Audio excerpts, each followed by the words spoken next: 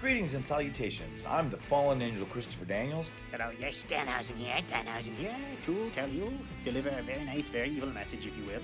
This is NXT superstar Dexter Lumis. What's up, everybody? It's me, your buddy, your pal, Scott Stanford. Hey, this is Big Sexy Kevin Nash. This is the former intellectual savior of the masses, now known as Aaron Stevens, your NWA third-degree national champion. This is Dr. Britt Baker, DMD, the role model, and you are listening to Greg Morgan with Good Mic Work Commentaries. And I want to tell you, Greg, your buddy Howie, also known as Wheezy, as you call him, he told me all about your channel. I'm here to tell everybody that I've seen it, I've watched it, I've looked at it. I went down the rabbit hole and I couldn't get out of it. It was so good. Yeah, you better watch this channel. You better watch all the videos. I'm about to go and watch a few videos myself. Watch them 5 times a piece. That's right, I said 5 times a piece. Do it. I know you've been a fan for like 40 years. I've only been doing it for 30, so I guess we're fans together there for 10 of it. Do it. He's not going to fill your head with bullshit. He's going to tell you real deal, what's up, and that's that. Do it! Good Mic Work is the place to be for all your wrestling information, guaranteed. The best wrestling content is right here at Good Mic Work Commentaries. Good Mic Work Commentaries. Good Mic Work Commentaries. Good Mic Work Commentaries. Check out Good Mic Work Commentaries. Good Mic Work Commentaries. Check out Good Mic Work Commentaries on YouTube. Subscribe, share, love, like, poke, whatever you need to do. If you don't, we're gonna have a problem. Love that Danhausen, love that Good Mic Work Commentaries. Do it now. You're welcome.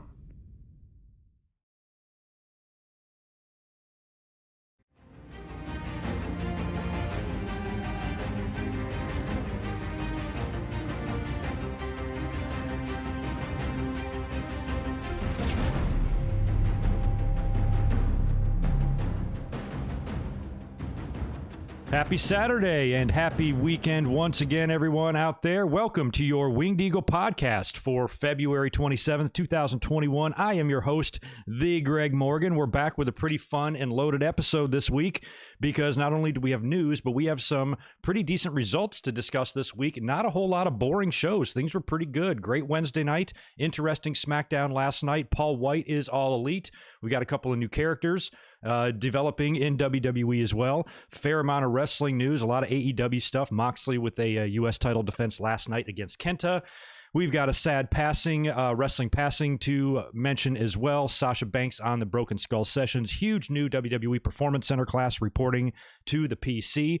And like I said, 2 really good head-to-head Wednesday night shows this week in terms of the Wednesday Night Wars.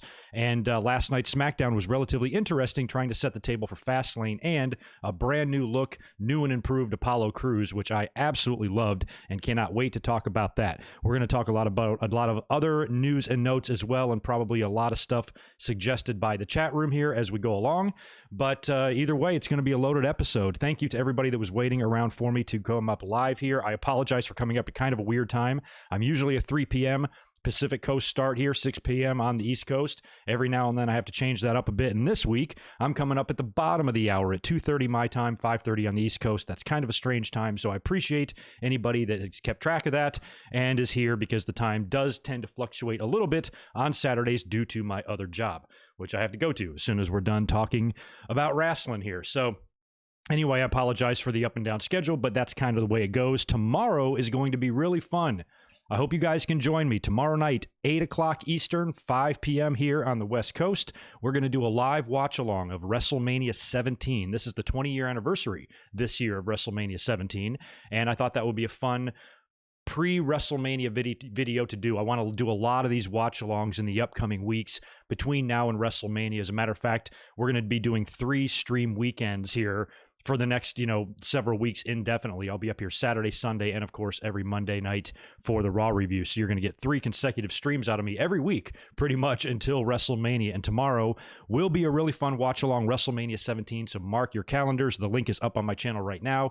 For tomorrow, you can just go ahead and save it or click your notifications bell, whatever you need to do there. Hope you can join us. I tried to go up as early as I can because I know a lot of people have to work and everything on Monday mornings. I do believe WrestleMania 17 was a 4-hour show. So if you are watching on the East Coast, you will have to stay up until 11 p.m. to watch this with us, but it's going to be fun. Hopefully you guys can kick back, open up a couple of cold ones, and we'll watch some really fun wrestling together from a time period that was just amazing. And throughout tomorrow's watch along, I'll be sharing with you shitloads of memories I have of watching this pay-per-view. I still have it recorded right off of my North Kakalaki pay-per-view back in the day, and it was a fun night, and I can't wait to watch that with you guys together and talk about some of those times and those feuds, those matches, those memories, etc. So please join us tomorrow for that. And like I said, we'll be doing a lot of other watch-alongs between now and WrestleMania, so feel free to shoot me your suggestions about WrestleManias that we can do.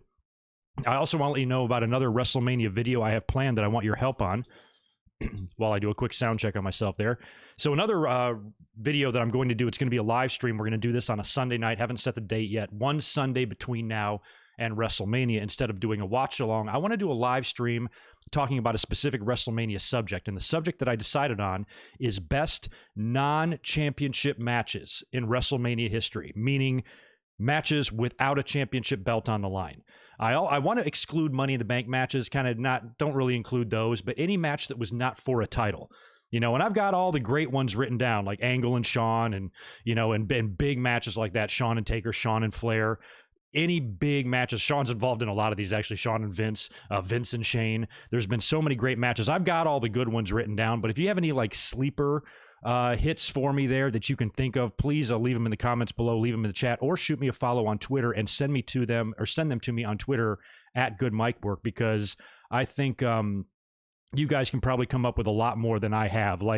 Just for example, I've got Brett vs. Owen, Brett vs. Austin, Shawn Taker, Shawn Flair, Angle Benoit, Shane Vince, Shawn Angle, Shawn Jericho, Shawn Vince, Austin Rock, Edge McFoley, Eddie Rey Mysterio, end of an era Hell in a Cell match, Jake vs. DiBiase Mania 6, Punk versus Orton, Taker versus Kane, AJ versus Taker, Matt versus Jeff. Any match that didn't have a championship on the line, what do you think are the best ones? We're going to do the top 20 non-championship matches in WrestleMania history. So that'll be a countdown episode live stream that we're going to do on Sunday prior to WrestleMania, one Sunday between now and then. I'll nail down a date for that real soon. So let me know all of your ideas for that for this future episode, because that's going to be fun. I'll probably do that in 2 or 3 weeks, maybe right after Fastlane or something, or maybe the week after Revolution. Not sure yet. Stay tuned to our network here, and we'll keep you updated on that. And like I said, the rest of the Sundays I want to kind of do watch along. So that's what you guys can expect in the future for me coming up here leading to WrestleMania. Other than that, I got nothing really else to get into except the Patreon shout outs. I want to say hello to everybody in the chat, and then we will get started on the wrestling news first. And I think we're going to kick things off with the Paul Wight news. And why can I not locate my Patreon? There we go. Just want to make sure I get this queued up and ready. But first things first, though, I'm going to say hi to everybody that was hanging out, waiting around for me in the chat. It's good to see you guys in here. For those of you who are here, please do me a favor, smash that thumbs up and like button for me so we can try to get those up. What's going on? Good to see you, Nate and Margie, and Melissa is here. We've got Jet the Hawk is back. I think you tweeted me as well. Michael Cuomo, good to see you. Deshaun Robinson, Crusher, the Crusher Crush is here. Stone Cold, David Brown, Gary, Diet Water's back. Good to see a Monkey Wrench in here. Maka International, George Morris with the $5 drop. Hey, Greg, how is it going? Raw and SmackDown, 0 out of 10. Yeah, fuck those shows, man. At the gym today, doing some guy crapped himself all over the bathroom and toilet and the seat. You just always have lovely stories. I love your stories, man. They just sound delightful, delectable, yummy, in fact.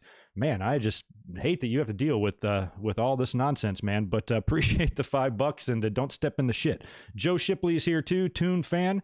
Margie, I mentioned you already. Mike Witt, good to see you. Big J, Sonic Plays, Mr. X, Janine is here. Ryan Music with a $10 super chat. What's up, man?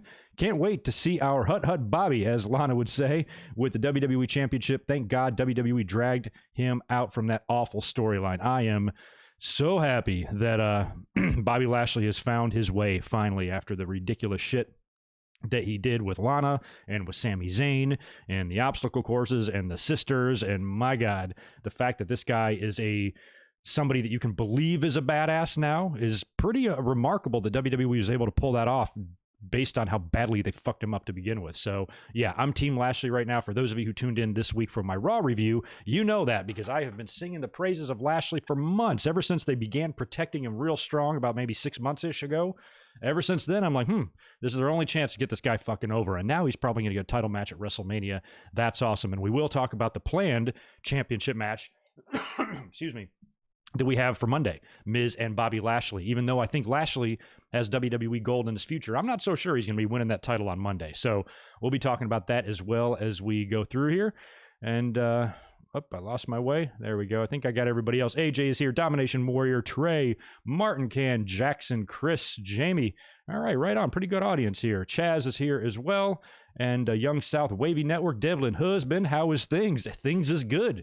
Things is really good despite everything. It's a very warm day here in San Diego. It's lovely. We're probably going to be slam busy at work tonight, so I will be keeping myself busy. All in all, a good day. And Charlie is here. Chelsea, Ben, Reese, all sorts of new ones. Steven and Ratnick. All right, guys. Good to see you guys in here. Sorry, I'm not sick. I just have a little tickle in my throat. Let me shout out the patrons as well. Current subscribers on the Patreon channel, you can do so. If you'd like to support the channel, you can do that in the description below. The link is right down there. But I want to thank Nikita, Abalakin, Chris Miner, Super Fluffy Toaster, Deshaun Robinson, and Jay Smooth, Martin Can, Alex Dredge, Apron Bump Podcast, Alan Carter, Michael Tong, Brandon Yelverton, Nick Musser, Jimmy Anderson, K-Dog's Kennel, Devlin Husband, Ryan Y, John Redifer, Claudio Clavedestre, Daniel Rodriguez, Reese Jones, Barry, Josiah, Mr. Steve, Scott Moss, John Riffle, Michael Cuomo, Naveed, Keith Salyers, Nathan Walker, and Blake Moran. As always, you guys are the best. Anybody that has a $10 a month or more pledge or has pledged $200 lifetime, I gave you an extra shout out in the description in there as well. Appreciate all of your long-time support on this channel. Y'all keep the ball rolling.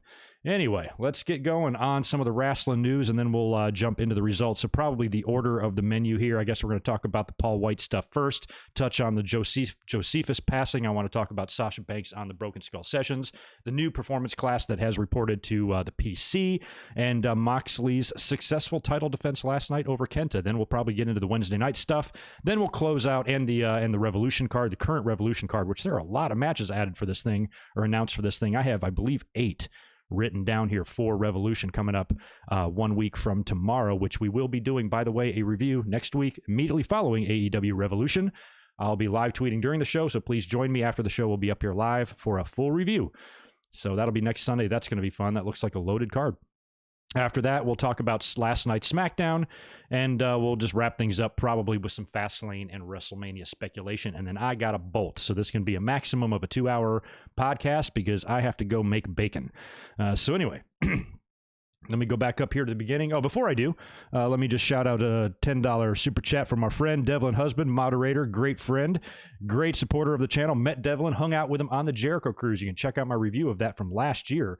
It was a great time. I cannot believe it's been a year already since we went on that. But anyway, Hawaii is finally opening up again. We are averaging 40 cases a day statewide, which is really good. That is really good. Happy to finally do Hawaii things again. That's right. I mean, it feels like we're 500,000 deaths. This thing ain't over at all, but vaccine is being distributed. Things are getting better. Maybe we can see the light at the end of the tunnel. We ain't at the light, but we can see where it is and see a way to get there. As a matter of fact, I got my information yesterday. I can now go get my vaccine. So I'm going to set up an appointment for that because I am a restaurant worker. So I fall into the next tier. So it's my turn, basically. So all I got to do is just go online, make an appointment, and I will have mine done as well. And that's going to be, somewhat of a comforting feeling, just to know that I've got that and I can't infect anybody else. And, hopefully I won't get it now either. And, what do you think? Maybe a year away? Life back to normal? Fingers crossed, y'all. And I hope it is a year away because I want to be in Dallas for WrestleMania. So if anybody plans to go, let's meet up. It'll be a hoot. Anyway, what do we got to talk about first? Paul Wight, right? This was big news. I would have loved, trust me, guys, I would have loved to come up here earlier on in the week and made a standalone video on this because I think that news like this warrants it. This is a pretty big defection here for Paul. This is a pretty big get for AEW. I know Big Show is near the end of his career and he's pretty much just a Legends contract type of guy now, coming in like about as often as maybe Kane does, just for appearances and things like that. So, he's kind of on that borderline of somebody that's, not really a wrestler anymore, but also can wrestle. I think he's a couple of legs up on Sting. Sting's 60, in there taking power bombs and shit. And I think Paul Wight is still somewhat capable. I think his match with Drew McIntyre after he faced Brock at WrestleMania last year, the PC WrestleMania, that was pretty good. You had it for a minute there. I was like, shit, they're not going to put the belt on the Big Show, are they? He actually put up a pretty good fight there and beat down Drew pretty badly. And he's been in the ring a couple of times. The most recent time we saw him was on the January 4th Legends show when he was just verbally berated by Randy Orton. I don't think that pleased him very well, especially since they did that while he was in the middle of contract negotiations. So in terms of him jumping to AEW, this is a recognizable face. This is somebody that we still see somewhat regularly on WWE TV, and he's not going to be, I don't think he's going to be in the category of, AEW is just WWE rejects. No, not really. There's nothing wrong with signing big, huge stars, future Hall of Fame stars. And what I also like about this signing is apparently he's going to be a commentator as well, and they're going to utilize him a little bit more than just, bringing in some former WWE wrestler to chokeslam a bunch of people. So it seems like they actually have a role for him and plans for him and things that he can do that are meaningful, because at this point on WWE, he only turns up for random shit, usually Legends type of stuff, or one or two segments. I think Randy Orton punted him, or didn't Randy Orton do something to him as well? So there are things that he can come in and do, but a lot of it's just like the same. So this could be something completely new for him. I think he's going to do great as an announcer. He's a funny dude, and he's charismatic, and I think he's very comfortable, on the mic and in that setting, and I think he could thrive there. So, all in all, in terms of him joining AEW, this is a big deal, I think.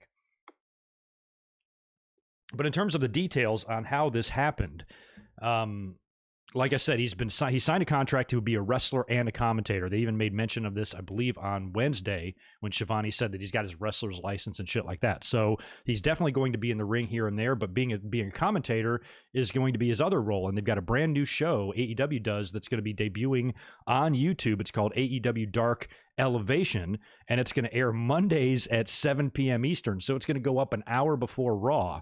And I'm guessing this is only an hour-long show, so it'll be your lead-in to Raw, which is a pretty smart place to put it on. I mean, since it's on YouTube, they could do it whenever they wanted, so they could go head-to-head if they wanted to, just to fuck with Raw. Because people, fans who are anti-Raw, they band together like, hey, let's just watch AEW Elevation, and let's tweet WWE they're watching that instead of Raw. It might actually, affect the ratings by maybe 100,000 people or something, enough to troll WWE. But having them come on before Raw is probably the better bet there, and that's going to be a YouTube-only show, at least for now. And it's probably going to be, I think,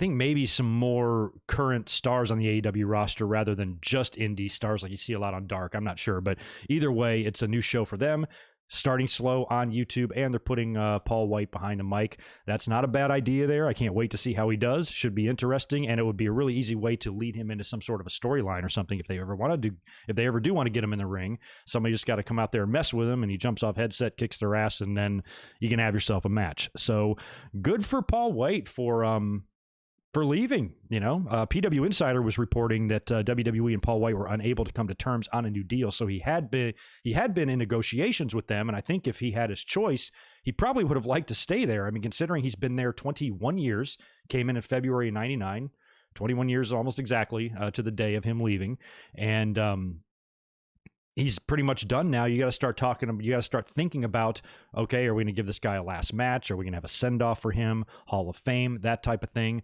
So for him to be willing to leave that legacy behind and go to AEW for a multi-term deal, when they know the spiteful nature of WWE, you might not be able to go back there and get your Hall of Fame moment now. I mean, I'm sure he still will. He will be in the WWE Hall of Fame, but maybe, this created some tension. I don't know, but Paul Wight knows his value and knows he still has something to offer, and WWE wasn't accommodating him financially in the way he wanted to. AEW did. Bada boom. We got ourselves somebody jumping ship. So I think that's awesome for them. And like I said, this was the last, we hadn't seen him since the Randy Orton thing on January 4th, and that was pretty much the end of him in WWE. So I don't know how, if there were any really hard feelings there, or if it was just business, because, if WWE's not willing to pay when they've got these, they're making these record profits and they're letting people go and cutting people and, and shit like that. If Paul Wight's like, look, you should be giving me way more money and I'm not afraid to leave type of thing. And maybe he called their bluff and he's out of there now. So good for him. I'm glad that, he's confident enough in his own, legacy to do that so late in his career after spending 2 decades plus in WWE. I think he signed 2 10-year deals or something like that. So I know his first one was a 10-year deal, maybe a couple of multi-years after that.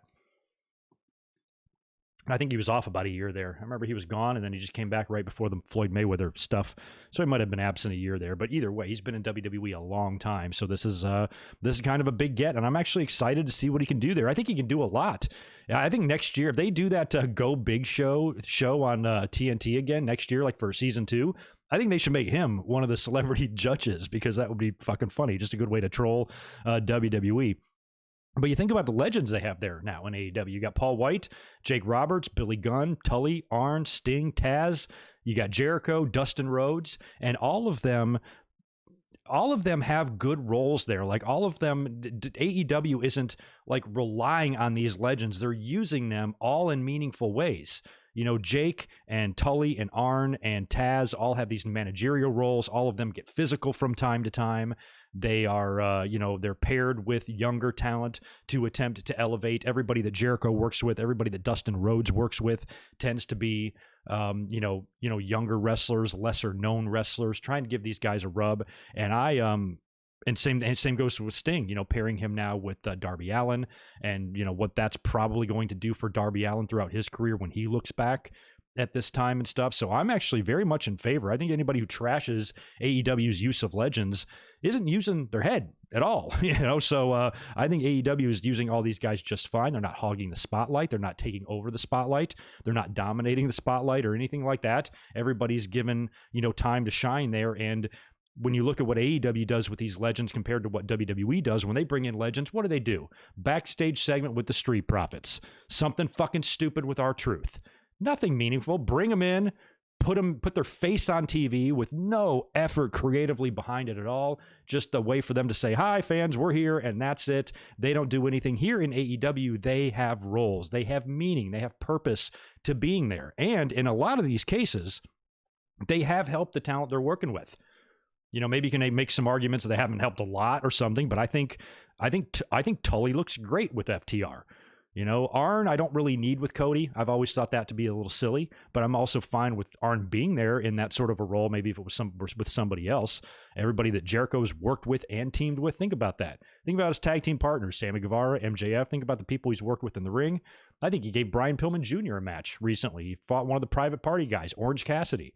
So the way the legends the roles the legends have in AEW gets no complaints out of me. And I think if you find problems with this, then that's got to be an AEW bias of some kind stepping in there, because this to me is the proper way to handle legends. This is the way I would want them portrayed in my company. You can make arguments, and maybe some of the things they do isn't perfect with some of these guys, but in terms of how they utilize legends compared to WWE, I'm all on board on AEW. So anyway, Paul Wight's a big get. That's interesting. Can't wait to see, what he does there. I got some good ideas for him, though. I think he should strap Marco Stunt to a stretcher and swing it like a baseball bat right into the ring post. I think he should maybe talk to Darby Allin, maybe help him deal with the trauma of being dragged behind a car. Big Show knows all about that. Maybe Big Show should punch Cody Rhodes' mom on the orders of Tony Khan's wife. Something like that might be fun. Let me fix my screen there. I didn't realize I was off-centered. So I think there's lots of things that Paul Wight can do. I'll tell you one thing I'm a little bit disappointed about, though, in terms of Paul Wight joining AEW. He joined AEW like last Tuesday. So that's 1, 2, 3, 4, 5. That's like 5 days ago. He's been there 5 days, and he hasn't turned heel yet? What the fuck? Get on it, Big Show. I don't know what he's waiting for. Like, here, we're all just sitting here waiting, patiently, still waiting, Big Show. 5 long days have gone by, and you have yet to turn heel. Yeah, you better get on the ball, Big Show, and start turning heel, because we're waiting impatiently over here. But anyway, at the end of the day, all jokes aside, best of luck to Paul Wight. Happy he's there. Hopefully, he's going to be another brain to pick.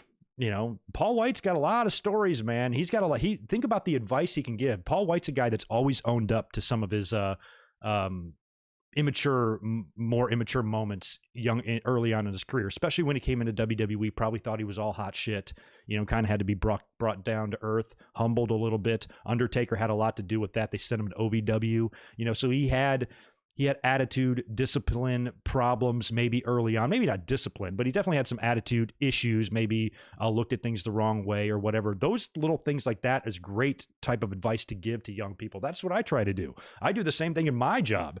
When I try to talk to, younger staff, I'm like, don't get too emotional, look at the bigger picture. You got to understand why things are this way and that sort of thing, and try to just, talk them off the ledge, so to speak. And I think maybe Big Show is a guy that's kind of dealt with some of that, is another person just to have there, another leadership father figure type of role for some of these kids when, a locker room like that could probably use it. So either way, I think Paul Wight's an asset to AEW. That's all I'm going to say. Very sad wrestling passing to report. This one sucks. Josephus from NWA, who also wrestled as the question mark, real name Joseph Hudson,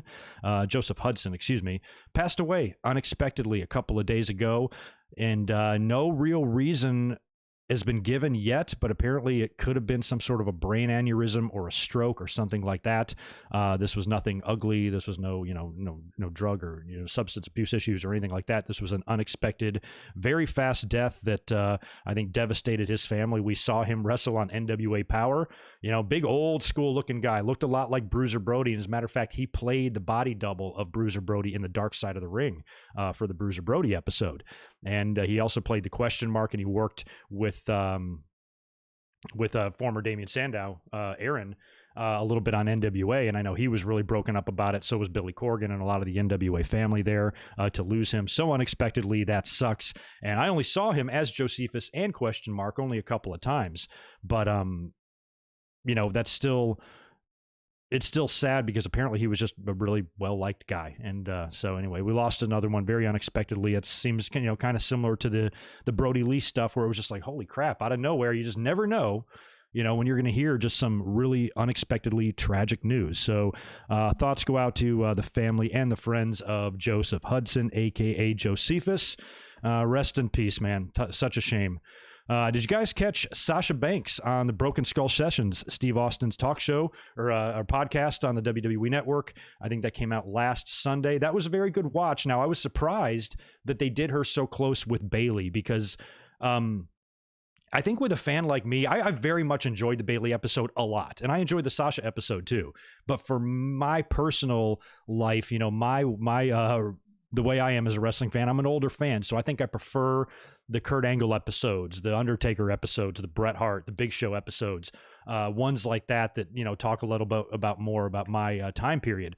But the newer generation now, one thing I have noticed about any of the new breed that does any sort of interview like this, their stories and their road and pathway to championship gold in WWE or becoming a wrestler is so much different now than, somebody like Edge's or Jericho's or guys like that. So sometimes it's tough for me to relate. And when I was listening to Sasha, at first I was about 20 minutes in. I even made a tweet about it. I was like, man, I do not mean this in a bad way at all, but she just comes off as slightly annoying to me. And I was trying to word that as best I could. And they're like, oh, good, Mike, you've opened up a can of worms. Those fake Sasha accounts are going to come after you. I'm like, oh, fucking bring it on. Like I give a shit about a bunch of invisible trolls. But I wasn't an insult at all. It was just, it didn't feel as real to me as some of the other ones. Even Bayley seemed a little bit more down to earth. I guess it was just something about Sasha's demeanor that it took me a little while to get used to as the podcast went on. By the time I got to the end of the podcast, I'm like, you know what? It wasn't that bad. Sasha's great. She's going to go on to inspire so many young women. And she has her principles, and she speaks up and she speaks her mind. And there's a lot about her that I can admire once I finish the podcast and listen to the whole thing. But at first, I guess it's just kind of the way, her mannerisms, way she talks, and she's like, nobody's gonna tell me to do this and that or whatever. Very, very kind of animated. I'm like, look, you're supposed to kick back, have a beer, and talk to Steve, and she's dressed in full Sasha Banks stuff. She's dressed to the nines there, looks like $1 million on that show, and she's just very I can't describe just how she talks or whatever, but it was just kind of like, okay, enough. But then as I got listening to it a little bit more, that stopped bothering me as much, and I was actually able to listen to her stories and understand her perspectives. And she does have a really interesting road, and the relationship with Snoop Dogg and the great matches she had in NXT. And I remember I've spoken so highly of Sasha Banks because I remember when I first saw her in NXT, whatever year that would have been, 2014 or 2015. She wasn't really huge yet. She was still wrestling like kind of preliminary matches. She was like where, Casey Catanzaro is right now on the NXT roster. Like that's kind of where Sasha Banks was when I first saw her. And I thought she was way too small. I remember like, oh man, she is just tiny. She's going to struggle. Like she's too small. She's going to hurt herself or whatever. And she just turned into a star. So she has evolved her character and evolved her working style so much. She deserves a lot of credit for that. So I felt a little bit bad about tweeting that she was annoying. It wasn't really that. It was just, I think, as an older fan, I have trouble relating to the younger. I mean, she's in her 20s, right? So I can't relate to somebody, that has a story like her, and being brought up. But, she did struggle, for a lot there and, wasn't able to finish school in situations with her mother and her dad and stuff like that. So she always just, worked hard and she was determined. And it looked like wrestling was her end game. There was no option B for her. And when you leverage yourself so heavily and you put everything on that, it's success or nothing, and she hit it on success. So she deserves a lot of credit for that. It is a good watch. If you haven't seen it, go check it out. Available right now on the WWE Network, and I believe we have the Big E 24 coming out. That might be tomorrow. I didn't catch the date on that, but I know that's about to hit the network soon. That's going to be good. That I really can't wait to see. So I believe that's tomorrow, but if not, I'll be sure to watch it as soon as it comes out. Exactly right, Nick. Some wrestlers today never burnt CDs before. That's true. Yeah, I feel bad that there's so many people in the world that never got a life-changing mixtape from me. It's a shame. So your loss, I guess. But yeah, it is still a good watch though. Check it out. The new recruiting class has reported to the PC for WWE. This is a stacked one, probably one of the biggest recruiting classes they've ever had. This is not even all the names. This is just kind of the bigger ones. Of course, we have Taya Valkyrie from Impact or from TNA, longest running Knockouts champion, I think, in history, is now in the Performance Center. That's great. We've got LA Knight appearing there as well. Of course, he's been on TV a little bit, even as recently as this last Wednesday. Rick Steiner's son, Bronson, has reported, and he looks legit. Have you seen pictures of this guy? Yeah, in a lot of ways, he arguably looks better than his dad. So I'm really rooting for him because I'm a big Steiner Brothers fan. So I really want him to succeed and find success in WWE. Fingers crossed for him that he's just a good dude with a good attitude, hard worker, and all that, because he looks awesome, and I kind of like his daddy. We also have, we had Priscilla Kelly reporting, Cora Jade, and Zoe Stark, who's been on NXT the past couple of weeks, even had a match against Io Shirai this week, and she's impressive. She came out on the losing end, but that's a brand new recruit that's just reported, that's been on NXT TV 2 weeks in a row. They've got confidence in her right off the bat, it seems like, and darn even making her work out for weeks before debuting her on TV. I like her look. She's great, and I see potential there, and she's just she wrestles, I don't know, I don't want to say wrestles more like a man, but in terms of, her delivering offense and her selling and stuff, there's something about it that just reminded me of Randy Orton somehow. I don't know why, but for some reason I drew that comparison. And also this other guy, Parker, it's Boudreaux, I believe is his last name. It's not Bordeaux, it's Boudreaux. I have it written down. But he's that big, like Brock Lesnar look-alike. Now, a few days ago, I had tweeted out, because I had seen pictures of this guy before, and everybody's like, oh my God, he's the spitting image of Brock Lesnar. And then I see him, and but I'm not seeing the full thing. I'm just seeing like the top half of his body, and I'm like, I guess. I was like, but not really. And so I even put it on Twitter. I'm like, unpopular opinion. I don't think that new recruit looks as much like Brock Lesnar as people think. But I did not know that the dude was 6'4". I thought he looked short in the picture that I saw. I've not even seen this guy like walk or wrestle or any sort of like full frame shot of him before. I'd only seen, kind of the headshot there. And I'm like, and the body shot. And I'm like, okay, I guess he kind of looks like him, but to me, not really. But now that I realize how big he is, I'm like, oh shit, I was under the impression this guy was just, 5'11" or something like that. But no, he's a beast, so he is quite big. So maybe now when we get a look at him, maybe he actually does look a little bit like Brock Lesnar, and he can be the next big thing. We'll have to see. But he's reported there as well, and from a physical standpoint, he's quite the beast. So we'll have to see what becomes of him. But yeah, I mean, if they can find, they should start looking for that. that next Brock, you know what I mean? So anyway, those talents are all there. Those men and women, they're working hard. We'll start to see when they turn up on TV. It'll be cool to see Priscilla Kelly on TV very soon. And of course, we've already seen Zoe Stark in a couple of matches. At some point, LA Knight will get in the ring. So will Taya, Valkyrie, and Parker and Bronson. Those are the two I'm kind of eyeballing there. Those are the two, I think, with the biggest upsides there because of, just athleticism and their size and physical presence, things like that. I'm hoping for big things for those dudes.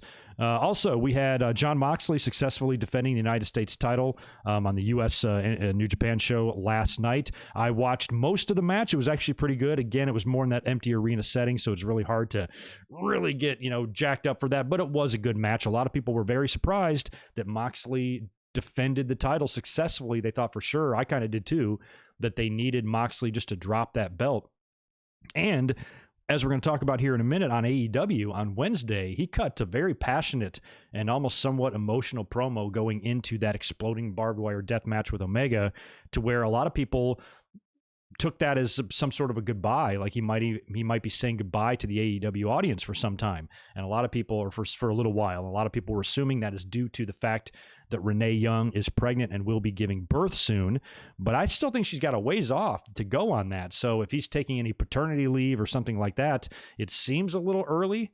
But based on his promo, it seems like they might be setting the stage here for an successful Omega title defense here, and maybe Moxley being injured, written off TV for a short time, or maybe he's just going to do more U.S. title defenses for New Japan in that time. I really don't know, but I kind of thought he might cough up the title as well, but he didn't. And to me, that's actually, I saw a lot of fans complaining about it, but it really, in the end, that's actually kind of good news, because if he's successfully defending the title, that means, there's still that link, there's still that that communication, that agreement or whatever between New Japan and AEW. And if any of this started to go south or anything like that, you would think that they probably would want to take the belt off of Moxley, but they're continuing that. And to me, that keeps the companies connected. And I think that's a good thing and can only lead to more potential cross promotion there in the future. So I really don't have an issue with him successfully defending the title. I was surprised to see it got the hate that it did.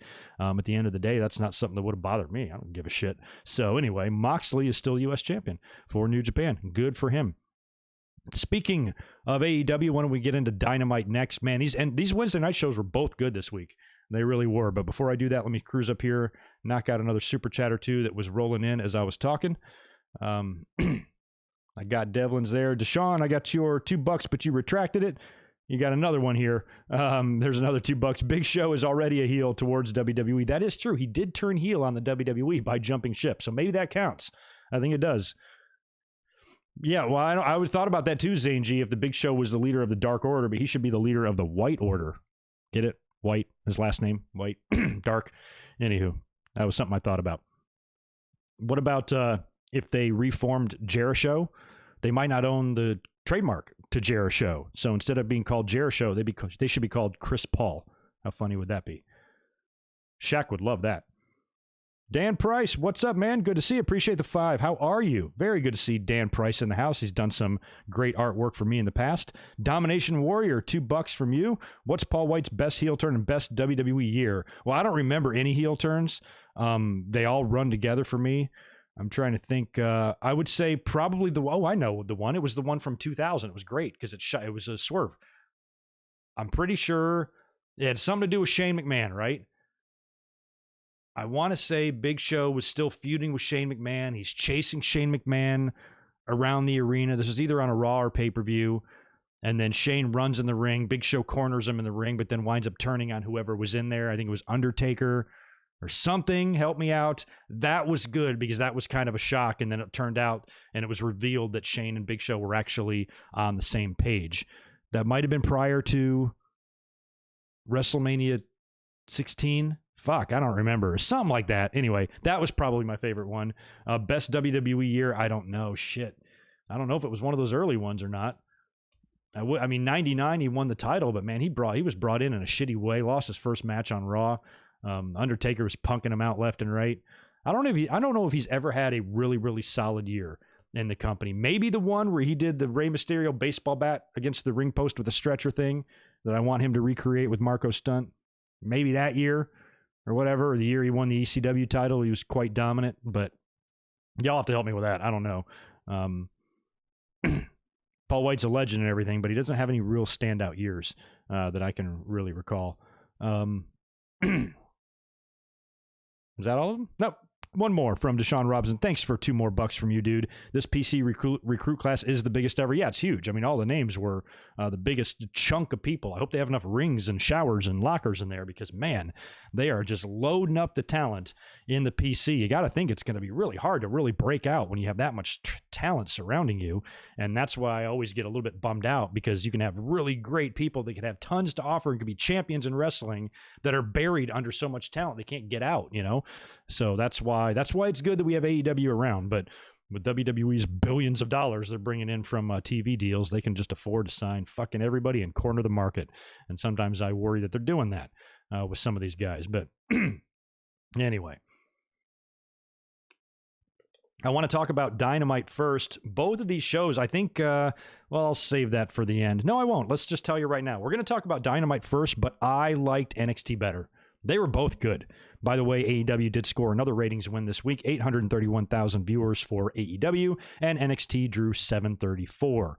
So another typical victory. AEW just usually wins anywhere from 50 to 200,000 every week. Tends to be where it is. And these ratings seem to have really leveled off and plateaued for both companies. Neither one of them really able to crack the million mark since they've been on. AEW, I think, has done it once, maybe twice.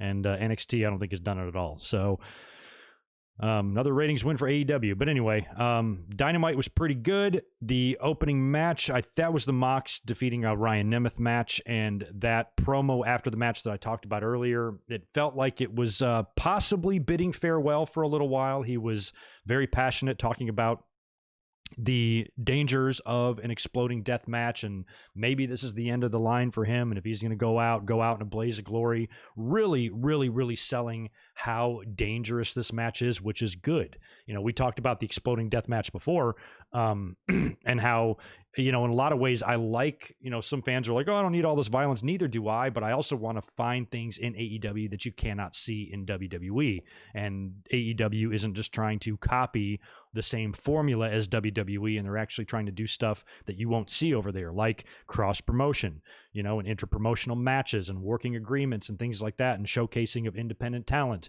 and all that stuff that we don't see really in WWE at all. And now, you know, bringing in the violent matches. Mox and Omega already had one bloodbath that drew up a ton of controversy the last time they faced. So, you know, this one is going to be gnarlier. And I like it. I can't wait to see it. I'm excited to see it. So I think that match is going to be great at Revolution. It's going to be gross and bloody and all that stuff. And we haven't really seen that in a while in wrestling. So that ought to be a hoot coming up. But based on Moxley's promo, it definitely seemed like he's going to take an L in that match, and I don't see him at this point, really, based on the way they're booking this whole thing and what Moxley's future is probably going to be, and the fact that he just dropped that belt recently. Putting it back on him now is not something I feel like AEW is going to do, but I could be wrong. Either way, I'll plop down my $50 next week and find out. This was great. This is probably my favorite segment match of the whole Dynamite episode on Wednesday. Brian Cage and Ricky Starks, Team Taz, taking on the Varsity Blondes. Taz is sitting in on commentary for this. And during the match, there's up on the video wall, there's a video of a car dragging the body bag. Now, Team Taz a couple of weeks ago had kidnapped Darby and knocked him out and put him in a body bag, dragged him away behind the car. And so the car is dragging this body bag, but then they cut to the inside of the car and you kind of see like Sting gloves on the steering wheel, and he's dragging Darby, and the bag is getting all cut up, and the car stops and the bag unzips, and Darby reveals himself with this really kind of like cynical smile. And the crowd kind of goes nuts for that. Then Sting comes through the entranceway and he's dragging the body bag. You're assuming that he's dragging Darby out to unzip it. Darby's going to jump out and go attack the heels. But instead, he unzips the bag and it's Hook. It's Taz's son, Hook. So Taz is on commentary. He's freaking out. What the shit? And Hook's all beat up. And then Sting points up to the rafters, just like you're pointing to the WrestleMania sign lights come on, and it's Darby Allin, who fucking zip lines down to the ring with his skateboard in his hand, lands in the ring, takes out the heels with a skateboard. Sting jumps in there, gets physical, and they just eliminate the heels and stand tall. And that match is set as well for Revolution in a week from tomorrow. Darby Allin and Sting taking on Team Taz. And I'll tell you, this was the best segment between these two groups so far. I felt like at first the build to this was the same goddamn shit every week. They were doing literally nothing different. Somebody be in the ring, cutting a promo. Either the, if it's the heel, babyface would interrupt, heels would interrupt every time, do nothing different. And finally, they started getting a little different with the Darby Allin dragging behind the car thing. And then this thing was just bonkers. So I love this whole thing. It was great. And, we talked about Sting last week. He took that power bomb. Tony Khan has gone on record, saying that he's medically cleared. He made the call for Sting to take the power bomb. He's been training, working on taking bumps, that type of thing. And he's ready to go from a physical standpoint. So we'll see. We said if he was going to get in the ring, a tag match is probably the best way to do it here. He's going to be very protected. Cage and Starks and Darby are going to take care of him, but Sting is in there with a lot of young guys. So, if a professional and a pro, like Seth Rollins was able to injure Sting, these guys easily can. So just be careful in there. Be careful with Grandpa. Please don't hurt him because we love Sting. But, for a 61-year-old guy, he was all right. He hit the Stinger Splash and the Scorpion Death Drop on Brian Cage, I believe. Or maybe it was Starks, can't remember. Hit it on one of them on Wednesday. So Sting is, he's in there doing shit. And, whatever. Sting, I don't think needs to be in the ring every week taking bumps, but, an occasional attraction here and there, I'm personally fine with. And I think if fans really, truly care about Sting, they should be all right with it too, because I was not satisfied with Sting's final wrestling match. I thought it sucked. The whole situation. I thought his whole run in WWE sucked. I wish he never went there.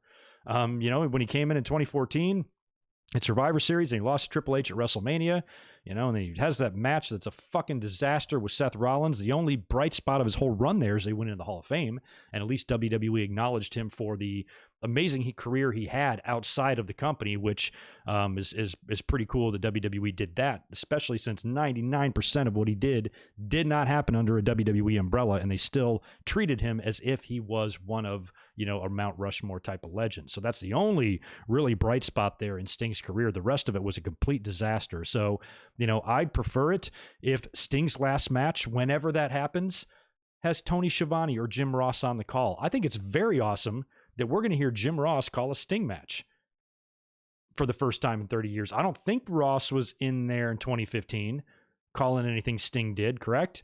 Did he call that match at with Triple H at Mania or with Seth? I don't think he did, unless they brought him in on Sting's request, but I think I would have remembered that.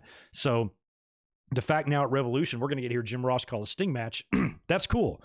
I'm a 43-year-old man. I like to hear that stuff. I haven't heard that, since I was a fucking teenager. So that's cool to me, and I'm interested in that. And as long as Sting doesn't get hurt, I'm cool with, pretty much how this is playing out, because that was a really fun segment. Another somewhat fun segment was what went down between the Bucks and Jericho and MJF. Now there's a big title match set for Revolution with the Bucks defending the title against those two guys. They've got Jake Hager taking on Brandon Cutler in the ring. Hager beats him. After the match, the Inner Circle members minus Jericho and MJF come out, start beating down Brandon Cutler some more. The Bucks come out to make the save, and they call out Jericho, and they say, hey, Jericho and MJF, why don't we just do this right now? And then Jericho and MJF appear on the video wall in the backstage area next to or behind one of the production trucks that have Nick and Matt on the back of it. And they've got, and earlier on in the day, the Bucks were shown bringing their parents to the arena and shit. So Jericho and MJF has kidnapped Papa Buck, and they've got Nick and Matt's dad there, and he's all bloody with fucking ketchup all over his face. And he's just like, at first I thought it was Sting dressed like Waylon Mercy, but it was actually Matt, the Buck's father, and they beat him up, and then they throw him into the back of the truck, and the back of the truck is covered in blood. And of course the Bucks are all mad, and they run back there. And this is one criticism I have is of the young Bucks. They suck at acting really bad. Like, I did not believe for a second that Matt Jackson was really mad. Just the way he was like reacting, that's not the way a real person would react. If your father got his ass kicked by two dudes you hate, you'd be much more mad. You'd be fucking looking for the first gun you could find. You know what I mean? It's just fake emotion. They're not real good at it. I love the Bucks. Think they're great. One of the best tag teams in the world. but not their strong suit. You know, acting in a really sort of dramatic type of setting, not very believable. Neither one of them. And really not on the mic either, to be honest. But I do like the Bucks. I hate to say that criticism. It's just being honest.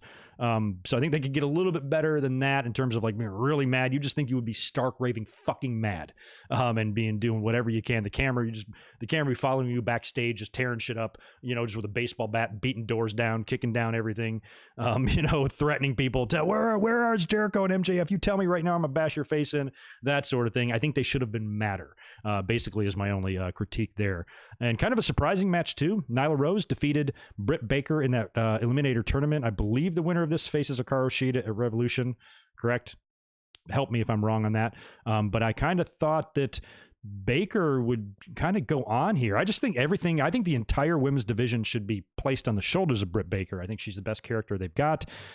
In the ring, talent-wise, that's debatable. I think there's some better in-ring wrestlers than Britt Baker, but I don't think there's a better character in the company right now than her.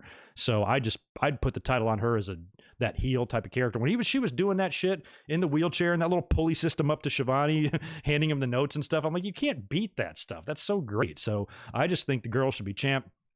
And she'd make a great heel champ, and I wish they would get to that. But in the meantime, that's not going to happen now. Nyla Rose is moving on in that match.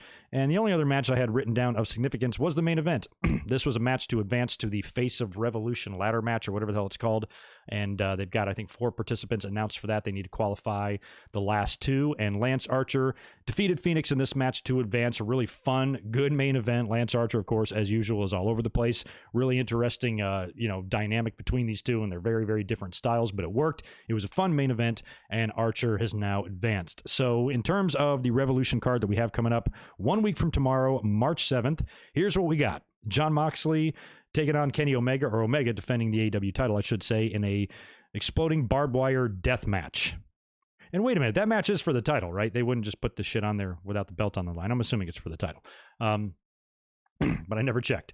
Also, we have, of course, Darby Allin and Sting taking on Team Taz. We've got Jericho and the Young Bucks taking on Jericho and MJF challenging the Young Bucks for the AEW title. We've got Hangman Page versus Matt Hardy. They had a little segment on AEW as well on Dynamite this week, which was pretty fun. We also have that Face of Revolution ladder match.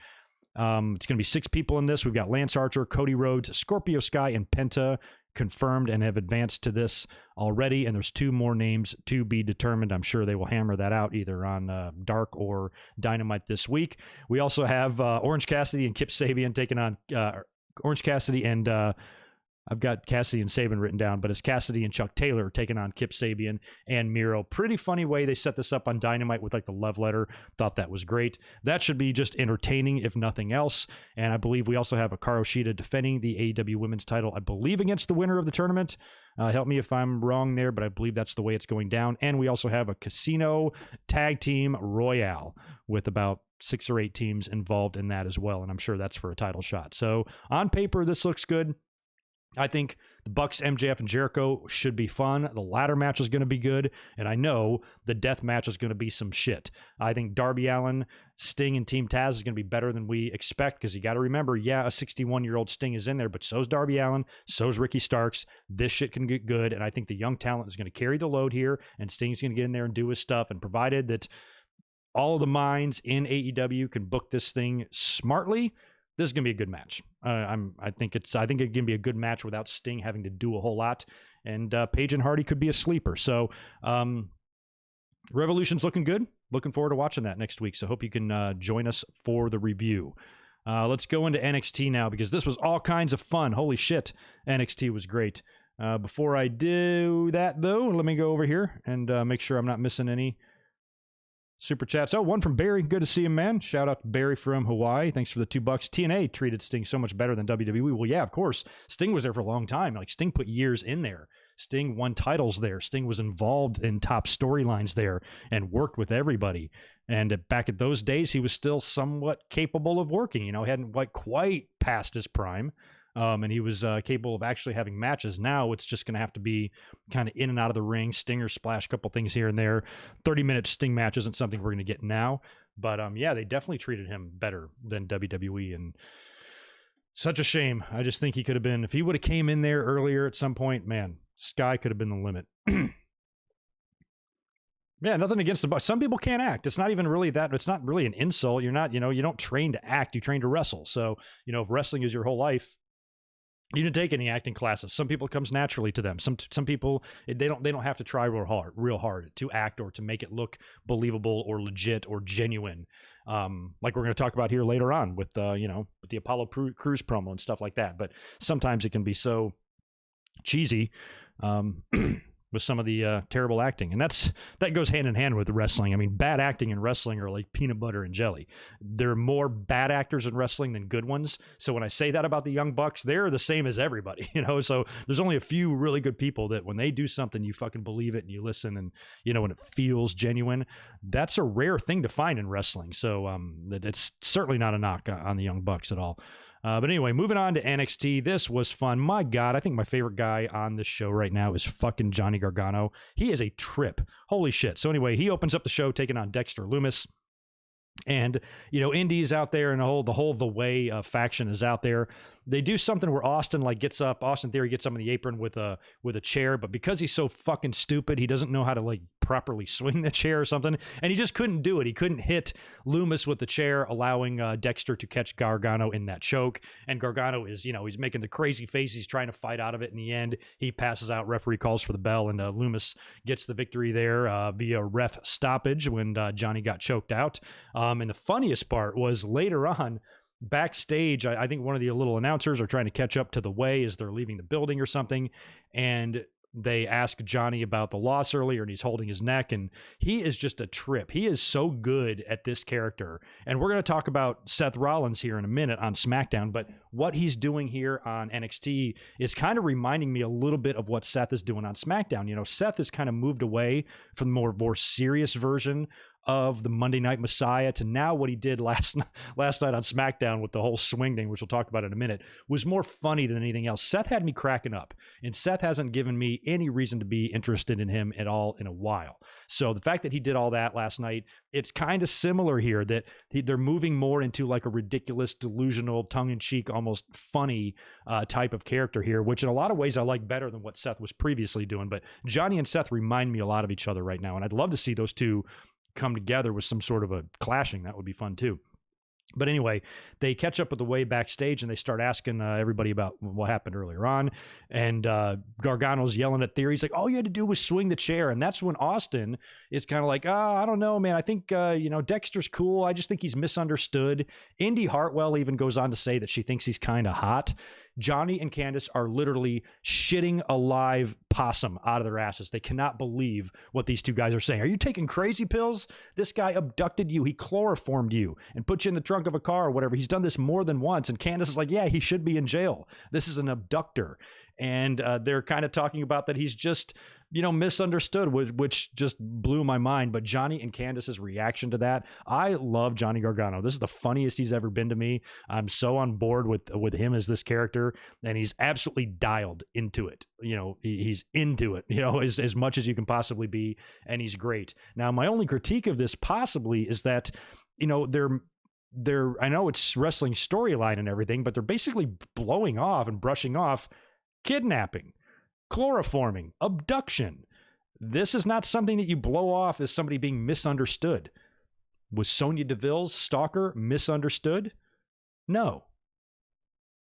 He was a perverted piece of shit that should be locked up and brutally raped in prison until his farts no longer make noise. Fuck that guy. And same goes with Alexa Bliss's stalker if we ever find his bitch ass. I don't think abduction is something you should really blow off, but the way Candice and Johnny sold it almost made me forgive that sort of tone deafness because it was so funny. Loved it. Johnny Gargano, you're on my... Greg goes through like temporary Mount Rushmores. Right now, Johnny's on it. He's the best. Johnny and Bobby and Bianca right now are at least three of the four who I am absolutely loving. Really good MSK package that was followed up by a beatdown by the Grizzleds, but the hype package there of the MSK, I think, did a really good job of kind of telling their story. It was good stuff. I never saw much. I mean, when they were, what was their names prior to coming in? MSK, I forgot already. I think I saw one match of theirs and wasn't really familiar with them. from a personality standpoint. I know Wes Lee is one of the most athletic people, stupidly athletic people I've ever seen. Reminds me a little bit of, how we get Montez Ford on the side of the Street Profits in their tag team, just how really, really like jaw-dropping athletic he is.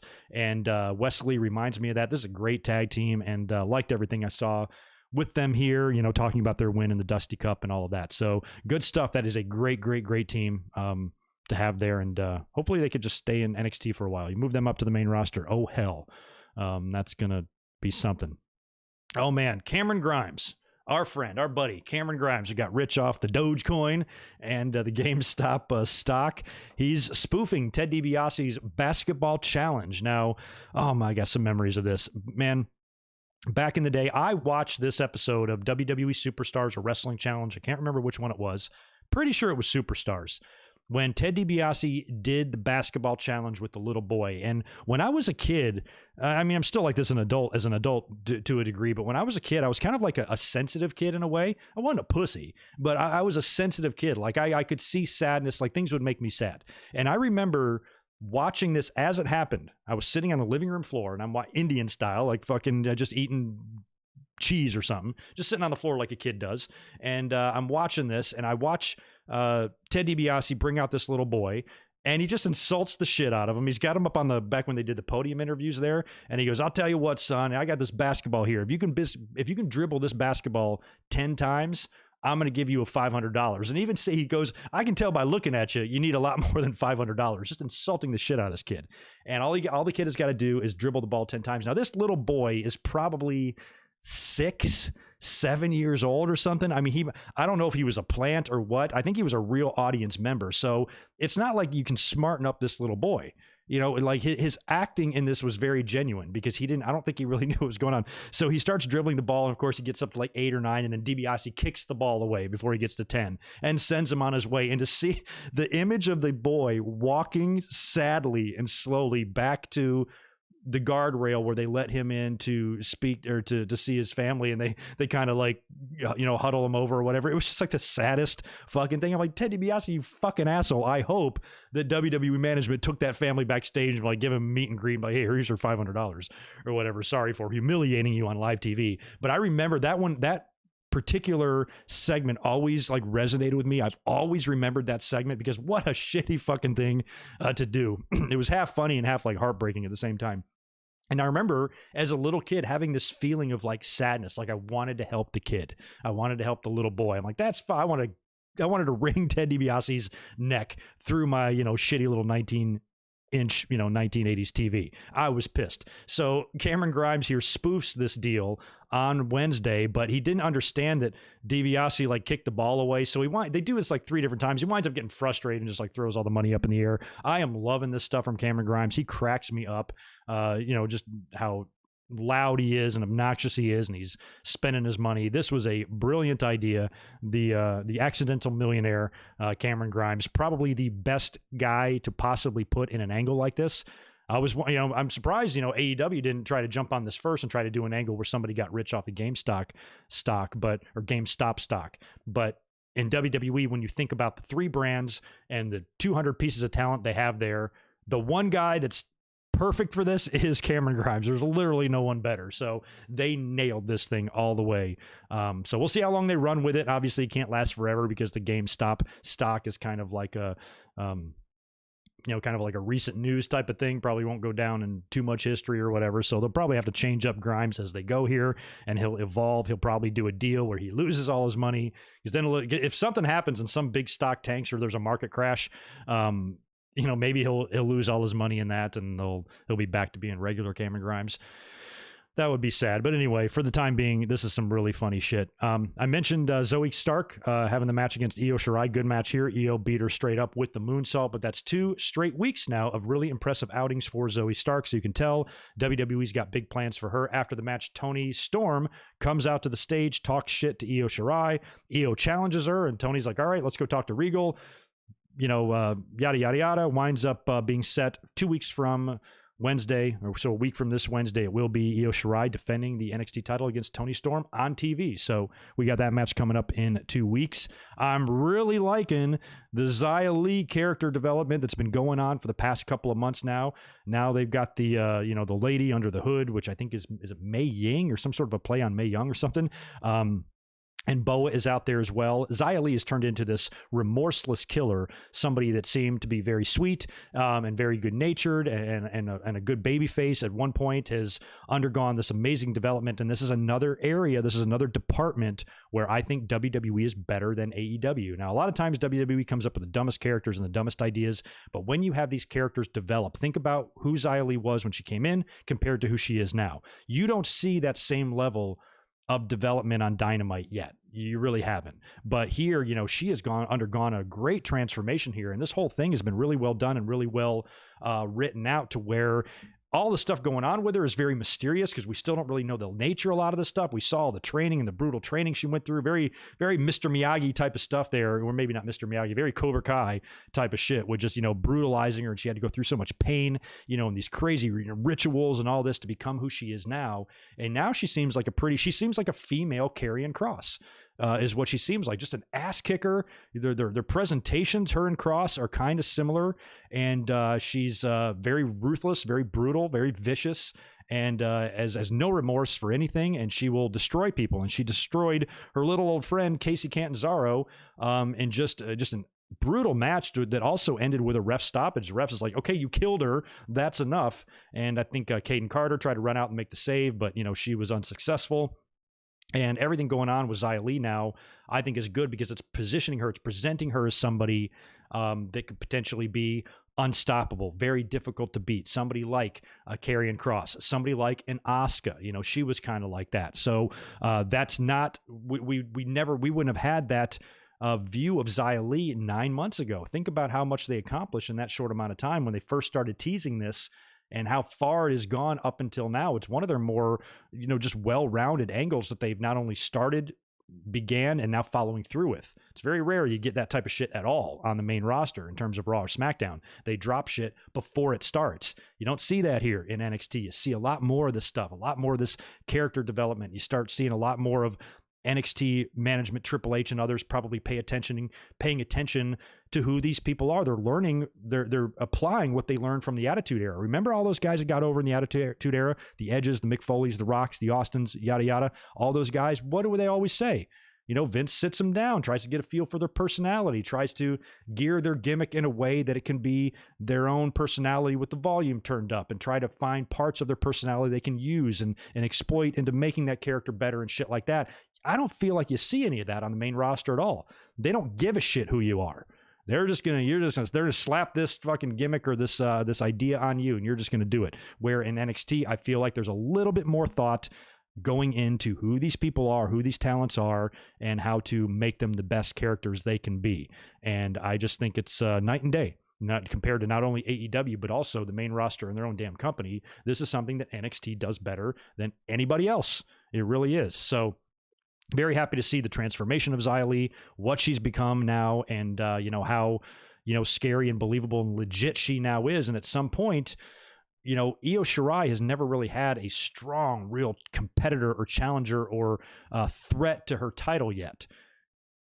Not real. I mean, not even Mercedes or Rhea Ripley or anything. So maybe you continue Io Shirai on her run. Hopefully, she'll beat and retain against Toni Storm in a couple of weeks. And then at some point, maybe it's Xia Li who becomes champion. That would be interesting if she's the heel champion. You can't get that belt away from her. I feel like they're building up Karrion Kross for the same thing. And like I said, they're a little bit similar. But she's pretty badass. So we'll see how far they go with this, and if she ever will, dethrone Io or whoever the champion is. Grizzled Young Veterans defeated Drake and Killian Dane in a match. Killian Dane appears to possibly be ready to dump Drake Maverick. He was approached by a fellow Sanity member who kind of was like, hey, what happened to you, man? I thought you were a badass. And he kind of thought about it for a minute. So you can kind of see the writing on the wall there. At some point, he's going to murder little Drake. Oh man, rough year for Drake. Oh man, this is probably this is the main event match on the card, not the main event segment, but the main event segment. But this is the final match on the night, and it was a great one. Basically, a 3-on-1 handicap match. It's supposed to be Karrion Kross versus Santos Escobar in this like street fight type of deal, but it began in the parking lot, and it was basically Karrion versus all three of them. So right off the bat, he had to deal with Wild and Mendoza. And Kross, during this match, this was a really fun display for Kross just to be really presented as a badass, because he was fighting off all these guys in between fighting Escobar. He was just fucking up Mendoza and Wild. My favorite spot was when he took them both, and they were on the outside of the barricade. They were fighting in the in the crowd or whatever, and he took them and he threw them both, one with each hand, through the barricade, through the plexiglass thing, and it spilled all the way over. That was great. It reminded me of the Saturday Night's main event segment when Andre was choking out Hogan, and the first two people on the scene to try to help Hogan were the Bulldogs. Dynamite and Davey came out, and they were trying to hammer Andre, and he wouldn't even budge. He just grabbed them both by the head and just chucked them both over the top rope like it was fucking nothing, like 2 sacks of trash. Great stuff. And that kind of reminded me of that, the way Karrion did that. And then the crowd kind of pans in on him. He's got that face. And so, in the end, he just beats the shit out of all three of these guys, eventually cornering Santos in the ring by himself, hits him with the forearm, the running forearm to the back of the head, and gets the pin there. And this was all about Karrion Kross. I thought this was a weird kind of a feud, the fact that he's feuding with the NXT champion, but Santos is, he's believable. He's a badass. He's not a guy I would want to mess with, but, against Karrion Kross, you're talking about cruiserweight champion, former NXT champion here. It felt like a little bit of a mismatch. And in the end, Karrion made not quick work, but rather significant work out of all three of them, and beat Escobar pretty definitively. So I don't know what they're trying to get to here with Karrion Kross. We thought as soon as he came back, he would be immediately positioned against Finn Balor, but Balor's got a lot of stuff going on right now with the former Undisputed Era and Adam Cole, and that could potentially be our match now, Balor and Cole, not sure, but at some point, they're going to have to get to Kross and Balor, I would think, and figure out what they're going to do there. But in the meantime, Karrion Kross looked like a monster. This was actually my favorite match I've seen Karrion Kross in so far in NXT, including his title win against Keith Lee and stuff. Like, this one was fun, and like I said, I especially love that barricade spot. Just good stuff, and it made Kross look awesome. In the main event segment of the night, we had Adam Cole coming out to explain himself. Now, Adam Cole had said that he was going to come out and explain himself anyway this Wednesday, so we had that to look forward to. He seems remorseful at first. He goes, I can't believe what I did, and I'm ashamed. And you knew as soon as he started, Adam Cole is one of the best heels, or he can be one of the best heels in the world. So you knew that he is full of shit here, no matter what he says. So I wasn't believing any of this stuff for a second. Finn Balor winds up coming out fighting with because Roderick is out there too. Balor comes out there. He gets overcome by Cole and Roderick, and Cole goes on to tell Roderick how sorry he is and that he's his brother and blah blah blah. Basically, they're both down on their knees now, and Roddy kind of falls for it. He goes, "You're my brother. I love you." And that's when they begin to get up, and that's when Cole nails Roddy with the nut shot, when just a vicious assault on the testicles of Roderick Strong. He goes down. Adam Cole then rips off the necklace, the undisputed necklace thing that he wears, and then hits him with a super kick. Just poor Roddy got blasted there, and Adam Cole, pretty much confirmed and signified the end of the Undisputed Era, and that's sad. Maybe the Undisputed Era can still live on if Balor fills the shoes there. That might be something they do. Not sure yet. Apparently Kyle O'Reilly is going to be out for a few weeks, and he'll be back soon. When he does, he's going to come back to some major babyface support, you would think. And now Adam Cole is number one dipshit in NXT. Everybody, he's a great heel anyway, and I'm kind of glad he's back to being a heel because I love him as a heel. And, it feels like now they're building for Cole and Balor potentially at the next takeover or whatever. Balor even on NXT mentioned talking about defending the NXT title at WrestleMania, and that might be a cool thing to do there because we got the women's title defended last year. Maybe have the men's title defended this year and do it there. So if they did, that match being Adam Cole against Finn Balor would be awesome. And maybe you just hold off and you do Balor and Kross after WrestleMania. But if there is a way to get Balor and Kross together prior to WrestleMania, it seems like they're pretty far apart right now. But if you can somehow get them together, I'd love to see a Kross versus Demon at WrestleMania. Holy crap, I'd love to see that. But I don't know. Not sure quite what the initial or the immediate plan for the NXT title is, but to me, it feels more like Cole and Balor than Balor and Cross. But we'll have to see. Either way, Cole is now heel, and I'm sure he's going to have to be facing his former Undisputed Era members, probably in matches. I'm sure we're going to get Cole and O'Reilly one-on-one. That might be the better match to do first. Maybe have Balor and Cross face and then do Cole and O'Reilly. I'd be totally into an Adam Cole and Kyle O'Reilly match. Holy shit. Don't know where Roderick Strong fits in quite yet, or where Bobby Fish is going to fit in when he comes back either. So a lot remains up in the air there, but that's the end of an era. It's the end of the Undisputed Era. I've got a giant Undisputed Era throw rug that my girlfriend bought me for Christmas that's hanging on my wall right now. Makes me sad to look at it. So that was a long-running faction that had a lot of success. I'm going to miss them. And like I said, it is possible that maybe it's reborn, or a version of it is with Finn Balor running the show. I would like to see Finn Balor form another Balor or Bullet Club type of thing in NXT, especially since he no longer feels like a transitional champion. When Cross got hurt, it's like, oh, fuck, they're going to put the belt on Balor. He's just going to carry it. He has really carried it well. And even despite the jaw issues and the time he missed, he's felt like a champion. He's been presented as one, and he feels like one, and he's done great work. So if it was up to me, I'd keep the belt on Balor now at this point. I no longer view him as a place-holding champion. I now view him as an actual champion, and that's a testament to how awesome Finn is. So good for him. That was a great show this week. I got to say, I did enjoy NXT better this week because of the strength of, the main event stuff. Karrion Kross looking like a badass. I'm loving me some Xia Li right now. I thought the women's match, albeit short, was very good with Io Shirai and Zoe Stark. Cameron Grimes spoofing a long-time childhood memory of mine was also very cool. And I'm loving Johnny Gargano and The Way. So that show pretty much from top to bottom had me entertained on Wednesday night. This was an excellent episode of NXT, and it's a week where I think they should have won in the ratings, but ultimately they did not. But AEW had some good stuff too. My God, the Darby zipline stuff, holy crap. So we were treated to good wrestling Wednesday night, and at the end of the day, that's all we can really ask for. Before we get into last night's SmackDown and talk a little bit about Fastlane and WrestleMania, let me cruise over here to the chat and make sure everything is all right over here. I got about 45 minutes left to hang out and chit-chat. Let me see. Martin Can, appreciate the 5 from you. Hey, Greg, thoughts on Dave Meltzer and the WN saying The Fiend is the worst gimmick of the year? Thought that was a complete joke. I wasn't aware of Meltzer saying that. Worst gimmick of the year. I don't know if it was the worst. No, I don't agree. But, I mean, that doesn't make me hate Dave Meltzer. I like Dave Meltzer. I know he has his problems, but Dave is a staple in the community, always has been. I've met him. He's cool. We're not always going to agree with him. I don't always agree with him, but I'm not going to just rip him apart because he thinks The Fiend is a stupid character. He has a right to think that. You don't have to think that. He can think it. Deshaun, appreciate the $2 from you as well. The Way always have me in tears. Gargano, I just cannot say enough good things about Johnny Gargano in this role. He's fucking hilarious. And he doesn't even seem like he's trying. It seems like this is who he is. I talked about the acting earlier with the Young Bucks. Johnny is got this, just this role nailed in his head. He knows who it is. He knows exactly who this person is and exactly how to behave and act, and he's hitting a home run with that shit. Great stuff. Big Show is 49. Thank you for that age update. I wasn't aware of Big Show's age.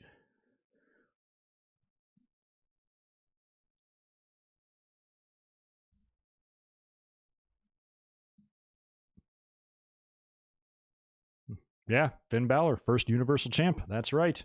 Things did not go so well for him. Man. As Universal Champ, though. But anyway, let's move on to last night's SmackDown. But before we do that, this Monday, we got a big WWE title match set. The Miz is scheduled, and I say scheduled, to defend the title against Bobby Lashley because I smell a problem here. I smell something fishy. We're going to be up here on Monday, so make sure you join us immediately following the Raw here on the YouTube channel. We'll be doing a live review of that. And I have a feeling that even though Bobby Lashley, I think the plans are for him to be involved in a WrestleMania title match, probably against Drew McIntyre, something's going to happen here, and I think it's probably going to be Drew McIntyre crashing the match. Because Drew, I was wondering where he was last week, but actually keeping off TV was the smart thing to do because he had to sell the beatdown from Bobby Lashley. And he owes Bobby Lashley one because Bobby Lashley is the one that really did the screwing there, not The Miz. So I think Drew can then come out and now screw Lashley. I wouldn't have Lashley lose. I wouldn't do that. That would be fucked up if even if Drew beats that. Well, I suppose they could. I think that Drew could come out and just annihilate Lashley and then have Miz pin him. But I don't want to see Lashley's shoulders pinned to the mat at all, ever, at least for a while. So maybe Drew just comes out and makes it a DQ, fucks the matchup, basically just costs Bobby Lashley the title one way or the other. Hopefully just with a DQ or a count out or something like that. Lashley is now pissed. They want each other, but then in the meantime, maybe McIntyre gets the match against The Miz at Fastlane, wins the belt back, goes into WrestleMania to face Lashley as the champion. We talked a lot about that on Monday, about those scenarios, and I think a lot of people are like, oh, I want Lashley to win the title on Monday. I don't. As much as I love Lashley, that's why I don't want him to win the title at WrestleMania. If Bobby Lashley is finally going to get his due and finally be given a championship belt like he should have been so many years ago, I would like that moment to come at WrestleMania for him. When he held that title up on Raw on Monday after beating down The Miz, he looked great with it.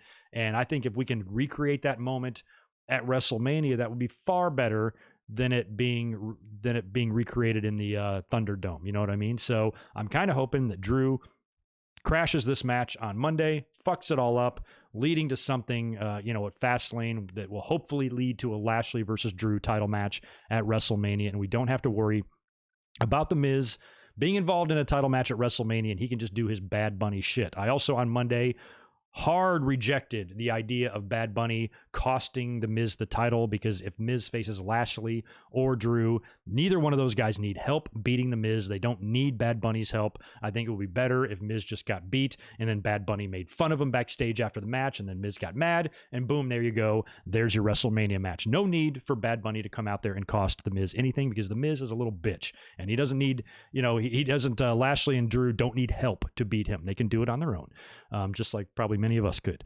Anyway, so that's going to be on Monday. Should be fun stuff. In terms of SmackDown last night, I liked a lot of this. There was some good stuff here, and a little bit of a finish at the end of the show that I didn't really see coming, and that has set up a big match for next week. So we'll talk about that first. Starts with Roman Reigns opening up the show, of course, at Elimination Chamber. Daniel Bryan won the Chamber, immediately faced Roman and lost. And right after that match, Edge came out, speared Roman Reigns, and pointed to the sign, confirming that it will in fact be Roman Reigns versus Edge for the Universal title, which is what we all wanted. Thank God. That's going to be good shit. Roman's in the ring. He's bragging about his win over Daniel Bryan. Like, he worked so hard. Such a hard night for me.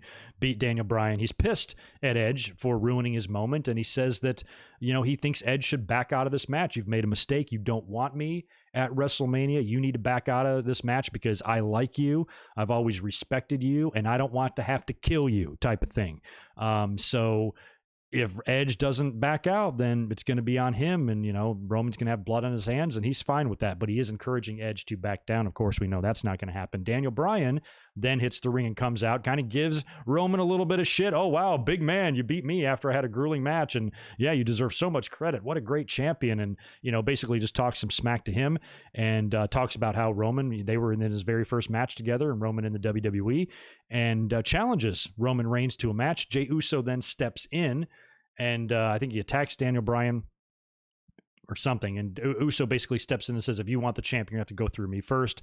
Later on, it's announced that it's going to be Daniel Bryan versus Jey Uso in the main event, with the stipulation if Bryan beats Jey Uso, then he gets a title shot against Roman Reigns at Fastlane. So a title shot is up for grabs here in the match with Jey Uso. You fast forward to the main event, we get Daniel Bryan versus Jey Uso. This ends in a double count out, and a lot of the match looked like that was kind of Jey's plan. He was attempting to try to just stop Daniel Bryan from winning the match, because Daniel Bryan, Uso didn't have to win. Daniel Bryan did. That was a stip. If Bryan wins, he gets a title shot. So Uso's plan was just to prevent him from getting a victory there, which he did in the double count out, which is a little bit of a lame finish, but I like the way it set it up, because after that, Roman shows up to attack Daniel Bryan and then spears him with a really gnarly spear as the show goes off the air, and Roman kind of stands tall there. So it was announced. I don't know when this was announced. I saw it today. I don't know if it was announced later on last night or whatever. I didn't see this till today, but apparently next Friday, this coming Friday on SmackDown,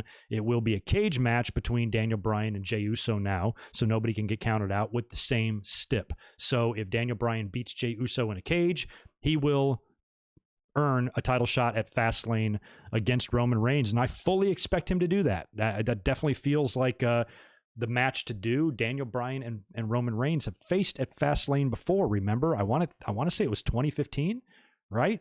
Much different circumstances now going into this year. This is very, very different the way this is all set up, and this should be pretty good. And it makes a cool dynamic here. It's a good opponent for Roman Reigns to have. I fully expect, like I said, for him to beat Daniel Bryan and face Edge at WrestleMania. But Edge and Daniel Bryan did have a little interaction on TV last night, where Daniel Bryan said that he thinks he's got a better chance of beating Roman than Edge does. And Roman's like, and then Edge shows up and he's like, oh, really? What if me and you faced? Who do you think would win? And Bryan's like, I think I'm going to keep that to myself. And there's kind of a little mutual respect there, but they're both acknowledging the fact that they could be the ones facing each other at WrestleMania. And you know what? I wouldn't hate that either. The money to me is still in Edge and Roman Reigns, but Edge and Daniel Bryan wouldn't be bad. I'd definitely pay money to see that one as well. But I think Edge, or Daniel Bryan needs to probably lose to Roman Reigns, and Roman going into WrestleMania to face Edge. And we've been talking a lot about that too. As of right now, my opinion could change. I kind of think Roman should retain against Edge if he faces him, but we'll see. I might change my mind on that. Here's a great segment, probably my favorite of the night. Brand new and improved look to Apollo Crews. He comes out, he's got this new ring gear. He's wearing long trunks now, which looks great. He looks a lot like Bobby Lashley, actually. He kind of wears similar gear like that. Very colorful stuff. He's kind of got this scarf. He's got this whole new attitude and new demeanor now.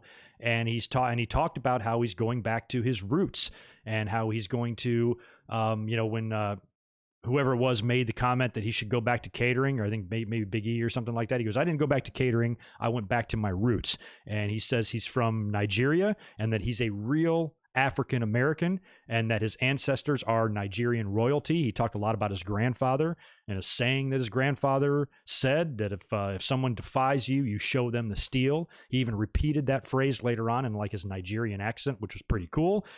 He talked about the colors that he's wearing, the green and the white and something else. They stand for wealth, dominance, and power. And he seemed like a completely changed man.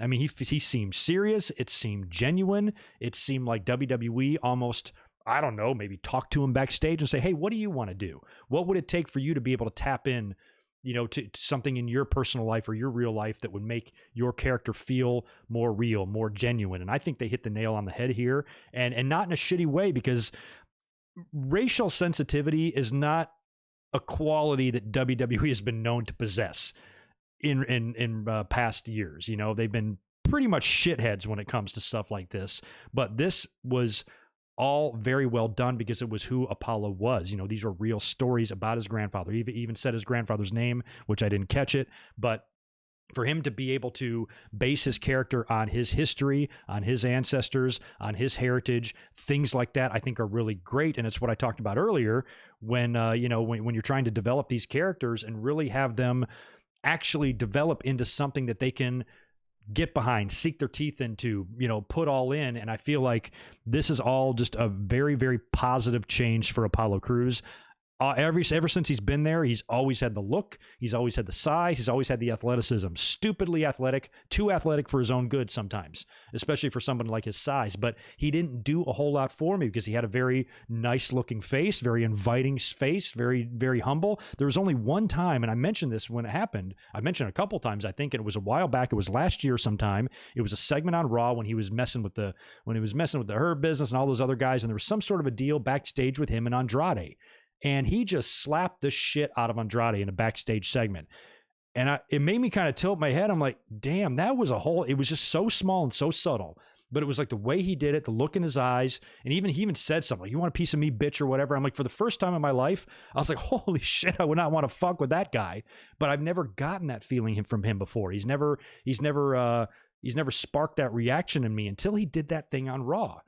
And back then I was singing his praises. I'm like, man, they should tap more into that. This is a guy that feels like he could have a mean streak in him.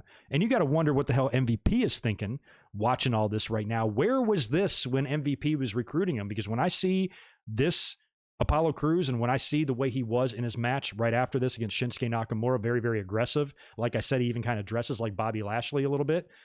he seems like he fits perfectly in the Hurt Business now, where when they were trying to recruit him on Raw, I didn't want him to join the Hurt Business because I didn't think he fit. I didn't want him to join just because he was a black guy. You know, I think you need to fit the attitude. You need to fit, you know, that ruthless toughness that some of those other guys have, especially Lashley and especially MVP. And Shelton's got that mean streak in him too, because, you know, he's a legit wrestler and can fuck you up. Cedric, maybe debatable.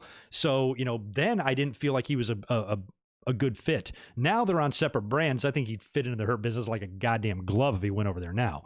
But I think, you know, him being on his own for the time being and for him to really get this character going and work with it and see how they can evolve it as he goes, I think is going to be really good. He had a match right after this with Shinsuke Nakamura, and he was very aggressive in this match. You know, a side of him that we haven't seen. He was combining that with his athleticism as well, but just to see that vicious streak in him is something that I liked. And it felt like it's one thing just to tell a guy, hey, go out there and be aggressive this week. You know, no, you got to kind of work up to that. And I think that the promo and the new look and him explaining why he's wearing these things, why he's speaking the way he is, why he has this attitude and who he is, instead of just going out there and doing it with no explanation, you know, makes you care a little bit more. And then when he has a match right after this and he's super aggressive and kicking the shit out of Nakamura, this was all a really good showcase for him. In the end, he beat Nakamura with was I guess like an enziguri, followed by an angle slam. He's using, I guess this is a new finisher. It's an angle slam with an extra little torque or twist on it in the end. Some of Angle's angle slams, it looked like an angle slam when Kurt would put it on a smaller guy. When Kurt put an angle slam on a big guy, it was pretty much like a half Samoan drop, half fucking torture rack type of thing. But Apollo here hit a very sweet, swinging looking like Olympic type of slam to Nakamura for the win, and a very decisive win and a dominating win. And new and improved Apollo Crews is here, and Greg is a fan. So this is what I've been waiting for him the whole time. I've always, you know, ever since he got there, it's like, yeah, he's great. Everything about him is great, but man, there's just something missing. Something ain't connecting. You know, it's like how the New Day started at first. You know, I'm like, man, what is missing here? Like, these guys are all charismatic. They can all go in the ring. Every single one of them has something to offer, but we aren't connecting to them yet. That's the way I felt with Apollo Crews, and now look at him. He, this could be a game-changing, career-changing promo for him last night, and he's not the Rock on the mic or anything. I'm not praising him as the greatest promo of all time. Certainly not. But this was a promo that I felt, you know, and I understood where he was coming from, and it felt genuine. And now I'm invested enough to where I care a little bit. And that's what you want, you know? So anyway, good stuff there from Apollo Crews. Cannot wait to see where it goes. And I got to be honest, you guys know how much I love Big E. Aside from me, like Bobby Lashley and a couple other guys, you know, Big E is on my list of favorite dudes. But I have now, 2 weeks ago, I would have said, no, I do not want Apollo Crews to beat Big E for the title, for the Intercontinental title. Now I do. So I kind of hope that this continues to bubble. I guess we'll probably get a match at Fastlane. Wouldn't even mind if they figured out a way to stretch this out, but they probably can't stretch it out too far. They could maybe give us a tease of something. I know Apollo's going to be on his own, and that feels like now he would fit more into the Hurt Business than before. But if they did do some sort of Apollo and Big E WrestleMania match, and leading up to that, they do one of those brand-to-brand invitational bullshit type of things, maybe you could do a New Day reunion versus Apollo and a couple of members of the Hurt Business, just for funsies. I don't know. We'll see. But anyway, I'm kind of hoping he wins the Intercontinental title, just based on everything we saw here and this kind of new look, new attitude. Just like the Xia Li stuff, I like this character development. It's good to see this stuff. We don't see it very often, you know, these days, except for in NXT. So fantastic shit there. Bianca Belair also made her big decision for WrestleMania. Again, just like the Edge stuff, not a big surprise. Sasha Banks was the way to go here. Asuka has been completely absent from TV for the past couple of weeks. Sometimes you forget that she even exists, much less that she's a champion. Bianca heading back to NXT to challenge Io Shirai doesn't really seem realistic either, so it just felt like they're just biding their time. Everything Bianca's done on TV is involving Sasha Banks and stuff, so, you know, it was just going to happen. We knew this was going to be the match. Finally, this is made official when Adam Pearce and Sonya Deville are in the ring with Bianca Belair, and, you know, much like Apollo and much like, you know, some of these other guys, you know, Adam Cole, you know, in the way they speak and in their mic skills and stuff, I really like Bianca's demeanor. She doesn't seem like she's trying to cut a promo. She seems like she's talking. You know, Sasha Banks comes out there and just rambles in her over dramatic Sasha Banks way. And Bianca, when she was done, was like, girl, I'm gonna kick your ass, you know, kind of thing. I like her kind of matter of fact. I have no idea why I'm why I'm picturing Batista in my head right now, but I remember like Batista was never really good on the mic either, but I remember when he was kind of first getting going in Evolution, maybe his first few months in Evolution, there was a couple of things went on backstage and backstage promos with him that he was approached, or a couple of lines of dialogue that he said that I really appreciated his matter-of-factness. You know, he didn't seem like a guy that didn't just leave a promo class, you know, at the Performance Center. He was just speaking like Dave. He was talking like Dave would talk to you. And there was something about, I don't remember what he said, but I was just kind of like, I like that. This is way back in 2004, you know, and I kind of like his attitude. He's kind of just like a little bit matter of fact. Somebody asks him a question, he answers it. He's not trying to you know, dramatize it or be, you know, over the top in a wrestling promo type of way. And Bianca kind of reminds me a little bit about that, how she speaks more from the heart. It feels more genuine with her. And the same felt here. You know, she didn't get a chance to really announce anything because after she was talking for a little bit and talked a little bit about her mother and something, she was about to announce who her pick was. And that's when she was interrupted by Reginald. Reginald comes out there. Sasha Banks comes out there, yells at Reginald. And then after a little bit of back and forth on the mic with Sasha and Bianca Belair, that's when Bianca makes it official, points to the sign, the whole deal. It's going to be her and Sasha Banks now for the title. And I guess as of right now, it's a babyface match, but this feels like something where Sasha's going to have to work heel here because Bianca can't. So, and Sasha's an awesome heel. So, you know, a lot like Adam Cole, I think they remind me of each other a little bit, where I think they're both good baby faces, but better heels. And Edge was like that too. So Sasha maybe on the road to WrestleMania, maybe goes full heel, or maybe just works this program heel. Not really sure yet. She could be a tweener or something like that. But if she goes full blown heel, who knows? Maybe her and Bayley will hook back up or something. I don't know. But I'm also really liking Reginald. He's a trip. He's funny on the mic. He's hysterical. He's really athletic. He drinks shitty champagne, but he's pretty damn good. So anyway, that's going to be it. Bianca and Sasha Banks for the title. I'm hoping they don't make this a triple threat. Since Reginald is out there a lot, you got to wonder about Carmella.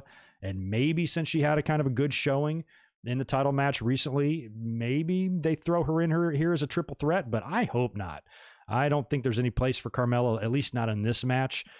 She can challenge for the belt after WrestleMania or something, but if they are going to give Bianca a moment here, and they might not, you know, but I think it's likely, especially since I've kind of predicting that maybe Edge doesn't win the title. If he doesn't, then I think maybe Bianca will. One of those Rumble winners have got to win the title, right? You would think.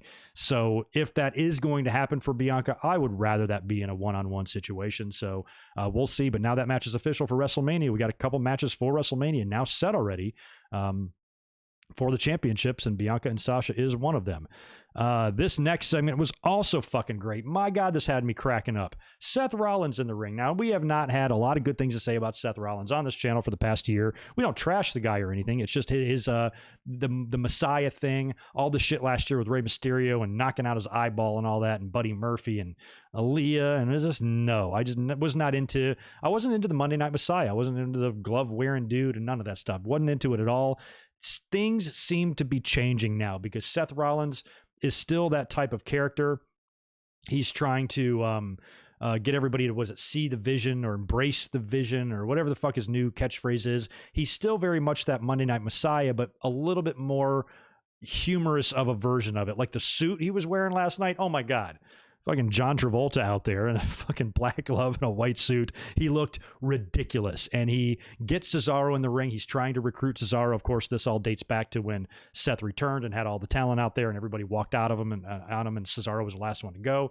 So he's trying to recruit Cesaro again, give him a second chance to join his vision or embrace the vision or whatever the fuck. And Cesaro this was the greatest swing in Cesaro history. He grabs a hold of Seth Rollins, and Seth is still holding the mic, and he's like, put me down.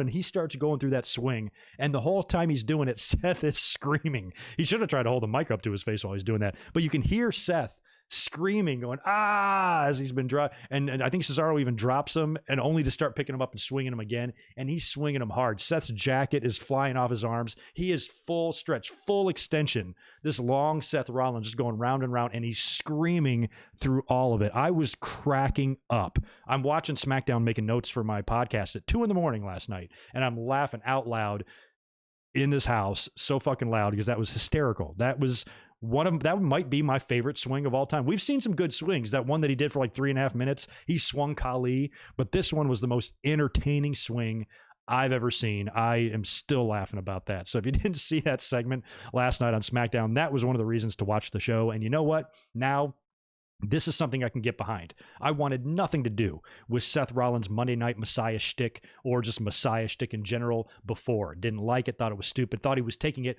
way too seriously. You add a comedic edge to this and you make him a little bit more like Johnny Gargano. Now I can have fun with that. And maybe that's the direction they're going. And let's see if Seth can flip us. Because I've never disliked Seth. I've always liked Seth, always had his back, but I'm also honest with myself. And if he's doing something that I'm not finding entertaining, I'm not going to just smooch his balls out of loyalty. No, I don't like it. So this is something that maybe he can turn this around and turn this into something entertaining. And I think he should take a lot of notes from what Johnny Wrestling is doing in NXT right now with The Way. They're very similar characters. And I can see them kind of being counterparts of each other. And if Seth does build another little group, if he brings Buddy Murphy back into the fold, that whole Aaliyah thing was just dropped, by the way. Way to plan shit out, WWE. They just start doing shit with no end game. They're like, oh, we don't know what to do, so we'll just drop it. It's main round. This is Fox. You're on WWE. Fox. NXT's got better continuity than you, and they're on, Wednesday nights on USA. Get your shit together. But this was all super fun stuff with Seth Rollins. So I'll be interested to see where that goes in the future. And other than that, on SmackDown, a couple of random matches. Chad Gable and Otis defeated Rey Mysterio and Dominic Mysterio. Rey is still injured. He's got the rib tape all over him. And Otis now has got this mean streak. He's now a heel. I don't think in storyline, did they just drop the Mandy shit too? Or is he still technically with her or whatever? But he's a heel now, and he does not have that fun-loving nature that he once did. And just seeing Gable in the ring without a championship belt is still frustrating. And I don't know what WWE was thinking. They're so stupid to change his name. I don't know why they changed his name from Shorty G to Chad Gable. There was nothing wrong with Shorty G. It was a great name. I'm kidding. But yeah, they're heels now. We'll see. Maybe they win some tag team gold, whatever. Tamina squashed my sister. That sucked. And also the Street Profits defeated Sami Zayn and Baron Corbin. It was kind of funny watching Sami and Corbin come together as a tag team backstage. That was pretty fun. Profits beat them in a tag team match there. Nothing really to say about it, though. The big stuff was the Bryan Jey Uso match, the Roman promo in the beginning, Bianca Belair's decision, the great Apollo Crews promo and new look and new attitude, and the Seth Rollins Cesaro stuff was all positives on this show last night, and it wasn't bad. Even with a double count-out main event, I thought SmackDown was pretty good last night. So let me know what y'all think in the comments about that. And now we're setting up for Fastlane. Here's what I'm assuming we're going to see. Daniel Bryan versus Roman Reigns. Something's going to happen on Monday that's going to lead to a Fastlane match. It will probably be McIntyre versus The Miz for the title. I think we might get Cesaro versus Seth unless they try to push that off and hold that off until WrestleMania. Women's match we could get. I don't know if Asuka's going to ever turn back up or not. We got to start thinking about the women's title match on the Raw side for WrestleMania and what the fuck they're going to do there. We did see a Rhea Ripley vignette or promo hype package on Raw this Monday saying that she's coming to Raw, but we don't know when that is. These morons might hold her off until after WrestleMania. I think that would be silly. Her coming in and debuting on Raw isn't going to be some big bad debut. She's been on the main roster before, and she defended the title last year at WrestleMania. So it's not a big deal. They don't need to hold that off. And I would like to see her get involved in time to do something at WrestleMania, but that's starting to look less and less likely.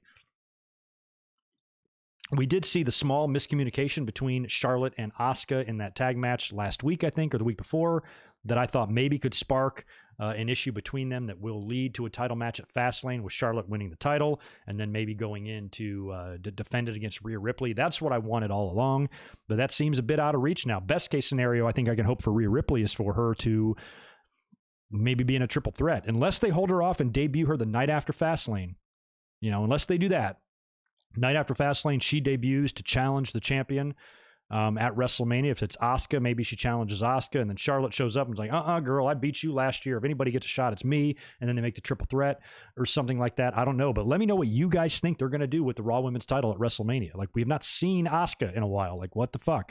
So she needs to be turning up at some point, and what do you think they're going to do? How are they going to handle that? I want to know. thank you, Deshaun, for $2 more. I hear Cesaro is still swinging Seth. Good Lord. Yeah, he still is. Just the way his arms were out. Like, Seth deserves a lot of credit. He made that so funny. Because Apollo's strong. He can swing anything. He can swing a fucking building if he wanted to. But with Seth screaming and whining through the whole thing, in his loud, this Seth voice. Oh, my God. I laughed so hard. Oh, that's right. Thank you for reminding me of that, Ryan Rhoda. Appreciate that. Do I think Raquel Gonzalez and Dakota Kai will win the belts on Wednesday? Plus, Lana and Naomi probably get their shot at Fastlane. Yeah, that match is set up. They did something on Wednesday on NXT, setting up that match, right? Little promo in the ring. I didn't mention that earlier. But we do get Raquel and Dakota taking on Shayna and Nia on Wednesday. I hope they do beat them for the titles. It's just weird seeing them work with the heels like that. I'd rather see Raquel and Dakota win than Lana and Naomi. But I can see Lana and Naomi getting the title shot at Fastlane as well. I suppose that could be against Raquel and Dakota if they do win. It might be a good way to kind of just get, there's no audience, but get Raquel some main roster experience because she's going to need it because she's going to be there sooner rather than later beating the shit out of everybody. And Dakota Kai will be on the main roster one day too. She's fantastic. So maybe that would be a good way to get them on Raw or SmackDown a couple of weeks if you do have them win the titles on Wednesday. But I don't know if I feel it or not. I didn't even watch the segment between those ladies on SmackDown, so I didn't get a feel for how it's going. Not sure. I'll think about it, give you a better answer on Monday. But yeah, Lana and Naomi are due for a title shot soon as well. Yeah, Victor, I'm with you. Goldberg probably will have another match in WWE, I think, because he's contracted to. So he'll be there. He's another guy that I kind of would have just rather have been in AEW. I'd rather see Goldberg in AEW than Sting, to be honest with you. I know they talked to him, they offered him a deal, but he's stuck with WWE, and now they're paying him through the nose to come in and work twice a year. Ugh. Oh, thank you, JL. Is it Embrace the Vision? Is that what it is? I couldn't figure out what it was before. Yeah, I don't know what the vision is again. No idea what is vision. Sean, that's a good idea. If Bayley is not in a match at WrestleMania, should she be the host of WrestleMania? Yes. We do need a host. Bayley would be a great host. I would love to see a Ding Dong Hello segment with somebody awesome. Somebody awesome. She does have the fake door. Maybe you could do Ding Dong Hello with the APA. Or you could do Ding Dong Hello, I don't know, somebody major at WrestleMania, returning star. Cena, Rock. I don't know. Bayley would be a good host for WrestleMania. We're probably going to have a host, right? We've had hosts. Help me. Who've been the hosts? Gronk last year. Alexa? Bliss? New Day? So yeah, why not Bayley? It's an excellent choice. I can see that happening because I don't really know what you'd do with Bayley otherwise. Unless she worms her way into the title match too, which I don't think. But if they did Bayley, she'd be a great host, and it would be cool to see her have some sort of a Ding Dong Hello segment with some major legend of the past. Might be kind of fun. Yeah, I don't think Nate, we're gonna not have a Bayley absence. There's no way they'd leave Bayley off. She was one of the best talents of the year. She was one of the shining stars of the COVID pandemic era. She was one of the ones that went all in, ran with it, made the best of it, and really developed her character a lot as well during a really, really weird time. She was one of the few people that thrived in that environment, talking about that, hey, it's an empty arena now, there's nobody in there, so I'm just going to fuck with Michael Cole the whole time, and she turned it into something remarkable. She even put the t-shirt on his head. You see that? She put the t-shirt on his head just like The Rock used to do. Oh, my God. Yeah, and The Rock hosted in 27. Hogan was the host at 30. Yeah, so they've had hosts. I'm just trying to think in the last three. I think it's been Gronk, Alexa, New Day before that. I can't remember who was in between them. Did anybody host 34 in New Orleans? Maybe that was her. No, she did 35. I don't know. You guys can help me out. Barry knows. Speaking of Barry, appreciate the $2. I'd love to see Andre the Giant on Bayley's show. Gonna be tough to pull that off. But yeah, we can come up. I'm here. Knock, knock. Where's the beer? Oh, 27, 28, 32, 33, 35. So WrestleMania 34 had no host. So yeah, sometimes they have one, sometimes they don't. Who the hell was the host at 28? 28. Oh yeah, the one with Rock and Cena. There was a host for that? I don't remember. That's a good one too. We should not discount Little Miss Bliss. We talked a lot about Bayley, but Bliss could potentially have something major to do at WrestleMania as well, and a match with Asuka would be cool. I think it would be better because Randy Orton, like he said on Monday Night Raw, he's targeting Alexa Bliss. Alexa Bliss is his threat, so she's the one that he's going to eliminate. So you can't do Orton versus Bliss at WrestleMania, but Orton definitely seems like he wants to do something to her, and that's probably what will draw the Fiend out, and I pitched last week that maybe we don't even see the Fiend until WrestleMania. We don't even see what he looks like until ding, ding, ding, until match time. That would be cool. But if they do something like give Alexa Bliss a title match against Asuka, maybe Randy Orton can come out and cost her that, or something. We'll have to see. Yeah, I don't think we had a host for WrestleMania 28 because The Rock was back, man. That's he's the fucking host, if you ask me, and he was in the main event. But we also had, I don't know, who the hell was it? Who did the songs? Both of those guys had a full concert before their entrances. I forgot who the fuck they are now. Flo Rida and whoever the other one was. So yeah, they already had so much going on at WrestleMania 28. I don't think there was room for a host. Undertaker will host Mania. Maybe. I'd say no on that. Even though Undertaker is out from under his Undertaker shell and he's Mark Calloway now, that's still a stretch for me to see him actually out there in non-Undertaker gear. It's going to be weird enough when he goes in the Hall of Fame. So we'll have to see, too, with Machine Gun Kelly. Thank you for that. That's who it was. It'll be fun to see. Interesting to see, I should say, what they do with the Hall of Fame this year. Don't know if they're adding anybody to it, but we have a lot of names from last year to add. Davey Boy Smith Jr., like we reported last week, is on his way back to the company, so we know he'll be inducting his dad whenever the hell that happens, and he's going to be back in the ring a little bit. It's going to be really cool to see him back. But anyway, I think I've got to get out of here, guys. I've got to go to work and do my other job. So anyway, I'm going to get out of here. Thank you for hanging out this afternoon. For those of you who were here, I appreciate it. Do me a favor, smash that thumbs up on your way out the door, and tomorrow night, 5 p.m. Pacific, 8 p.m. on the East Coast. Join us right here on the YouTube for a WrestleMania 17 watch along. That link is on my channel right now. Just go over to it, like it, click that bell, and join us tomorrow night. BYOB, just open up a couple of cold ones, grab some snacks, and for 4 hours, we're going to sit up here and watch arguably the best WrestleMania in WWE history. It's going to be a blast. You guys have a great rest of your day and night, and I will catch you tomorrow for the watch along. Y'all be good.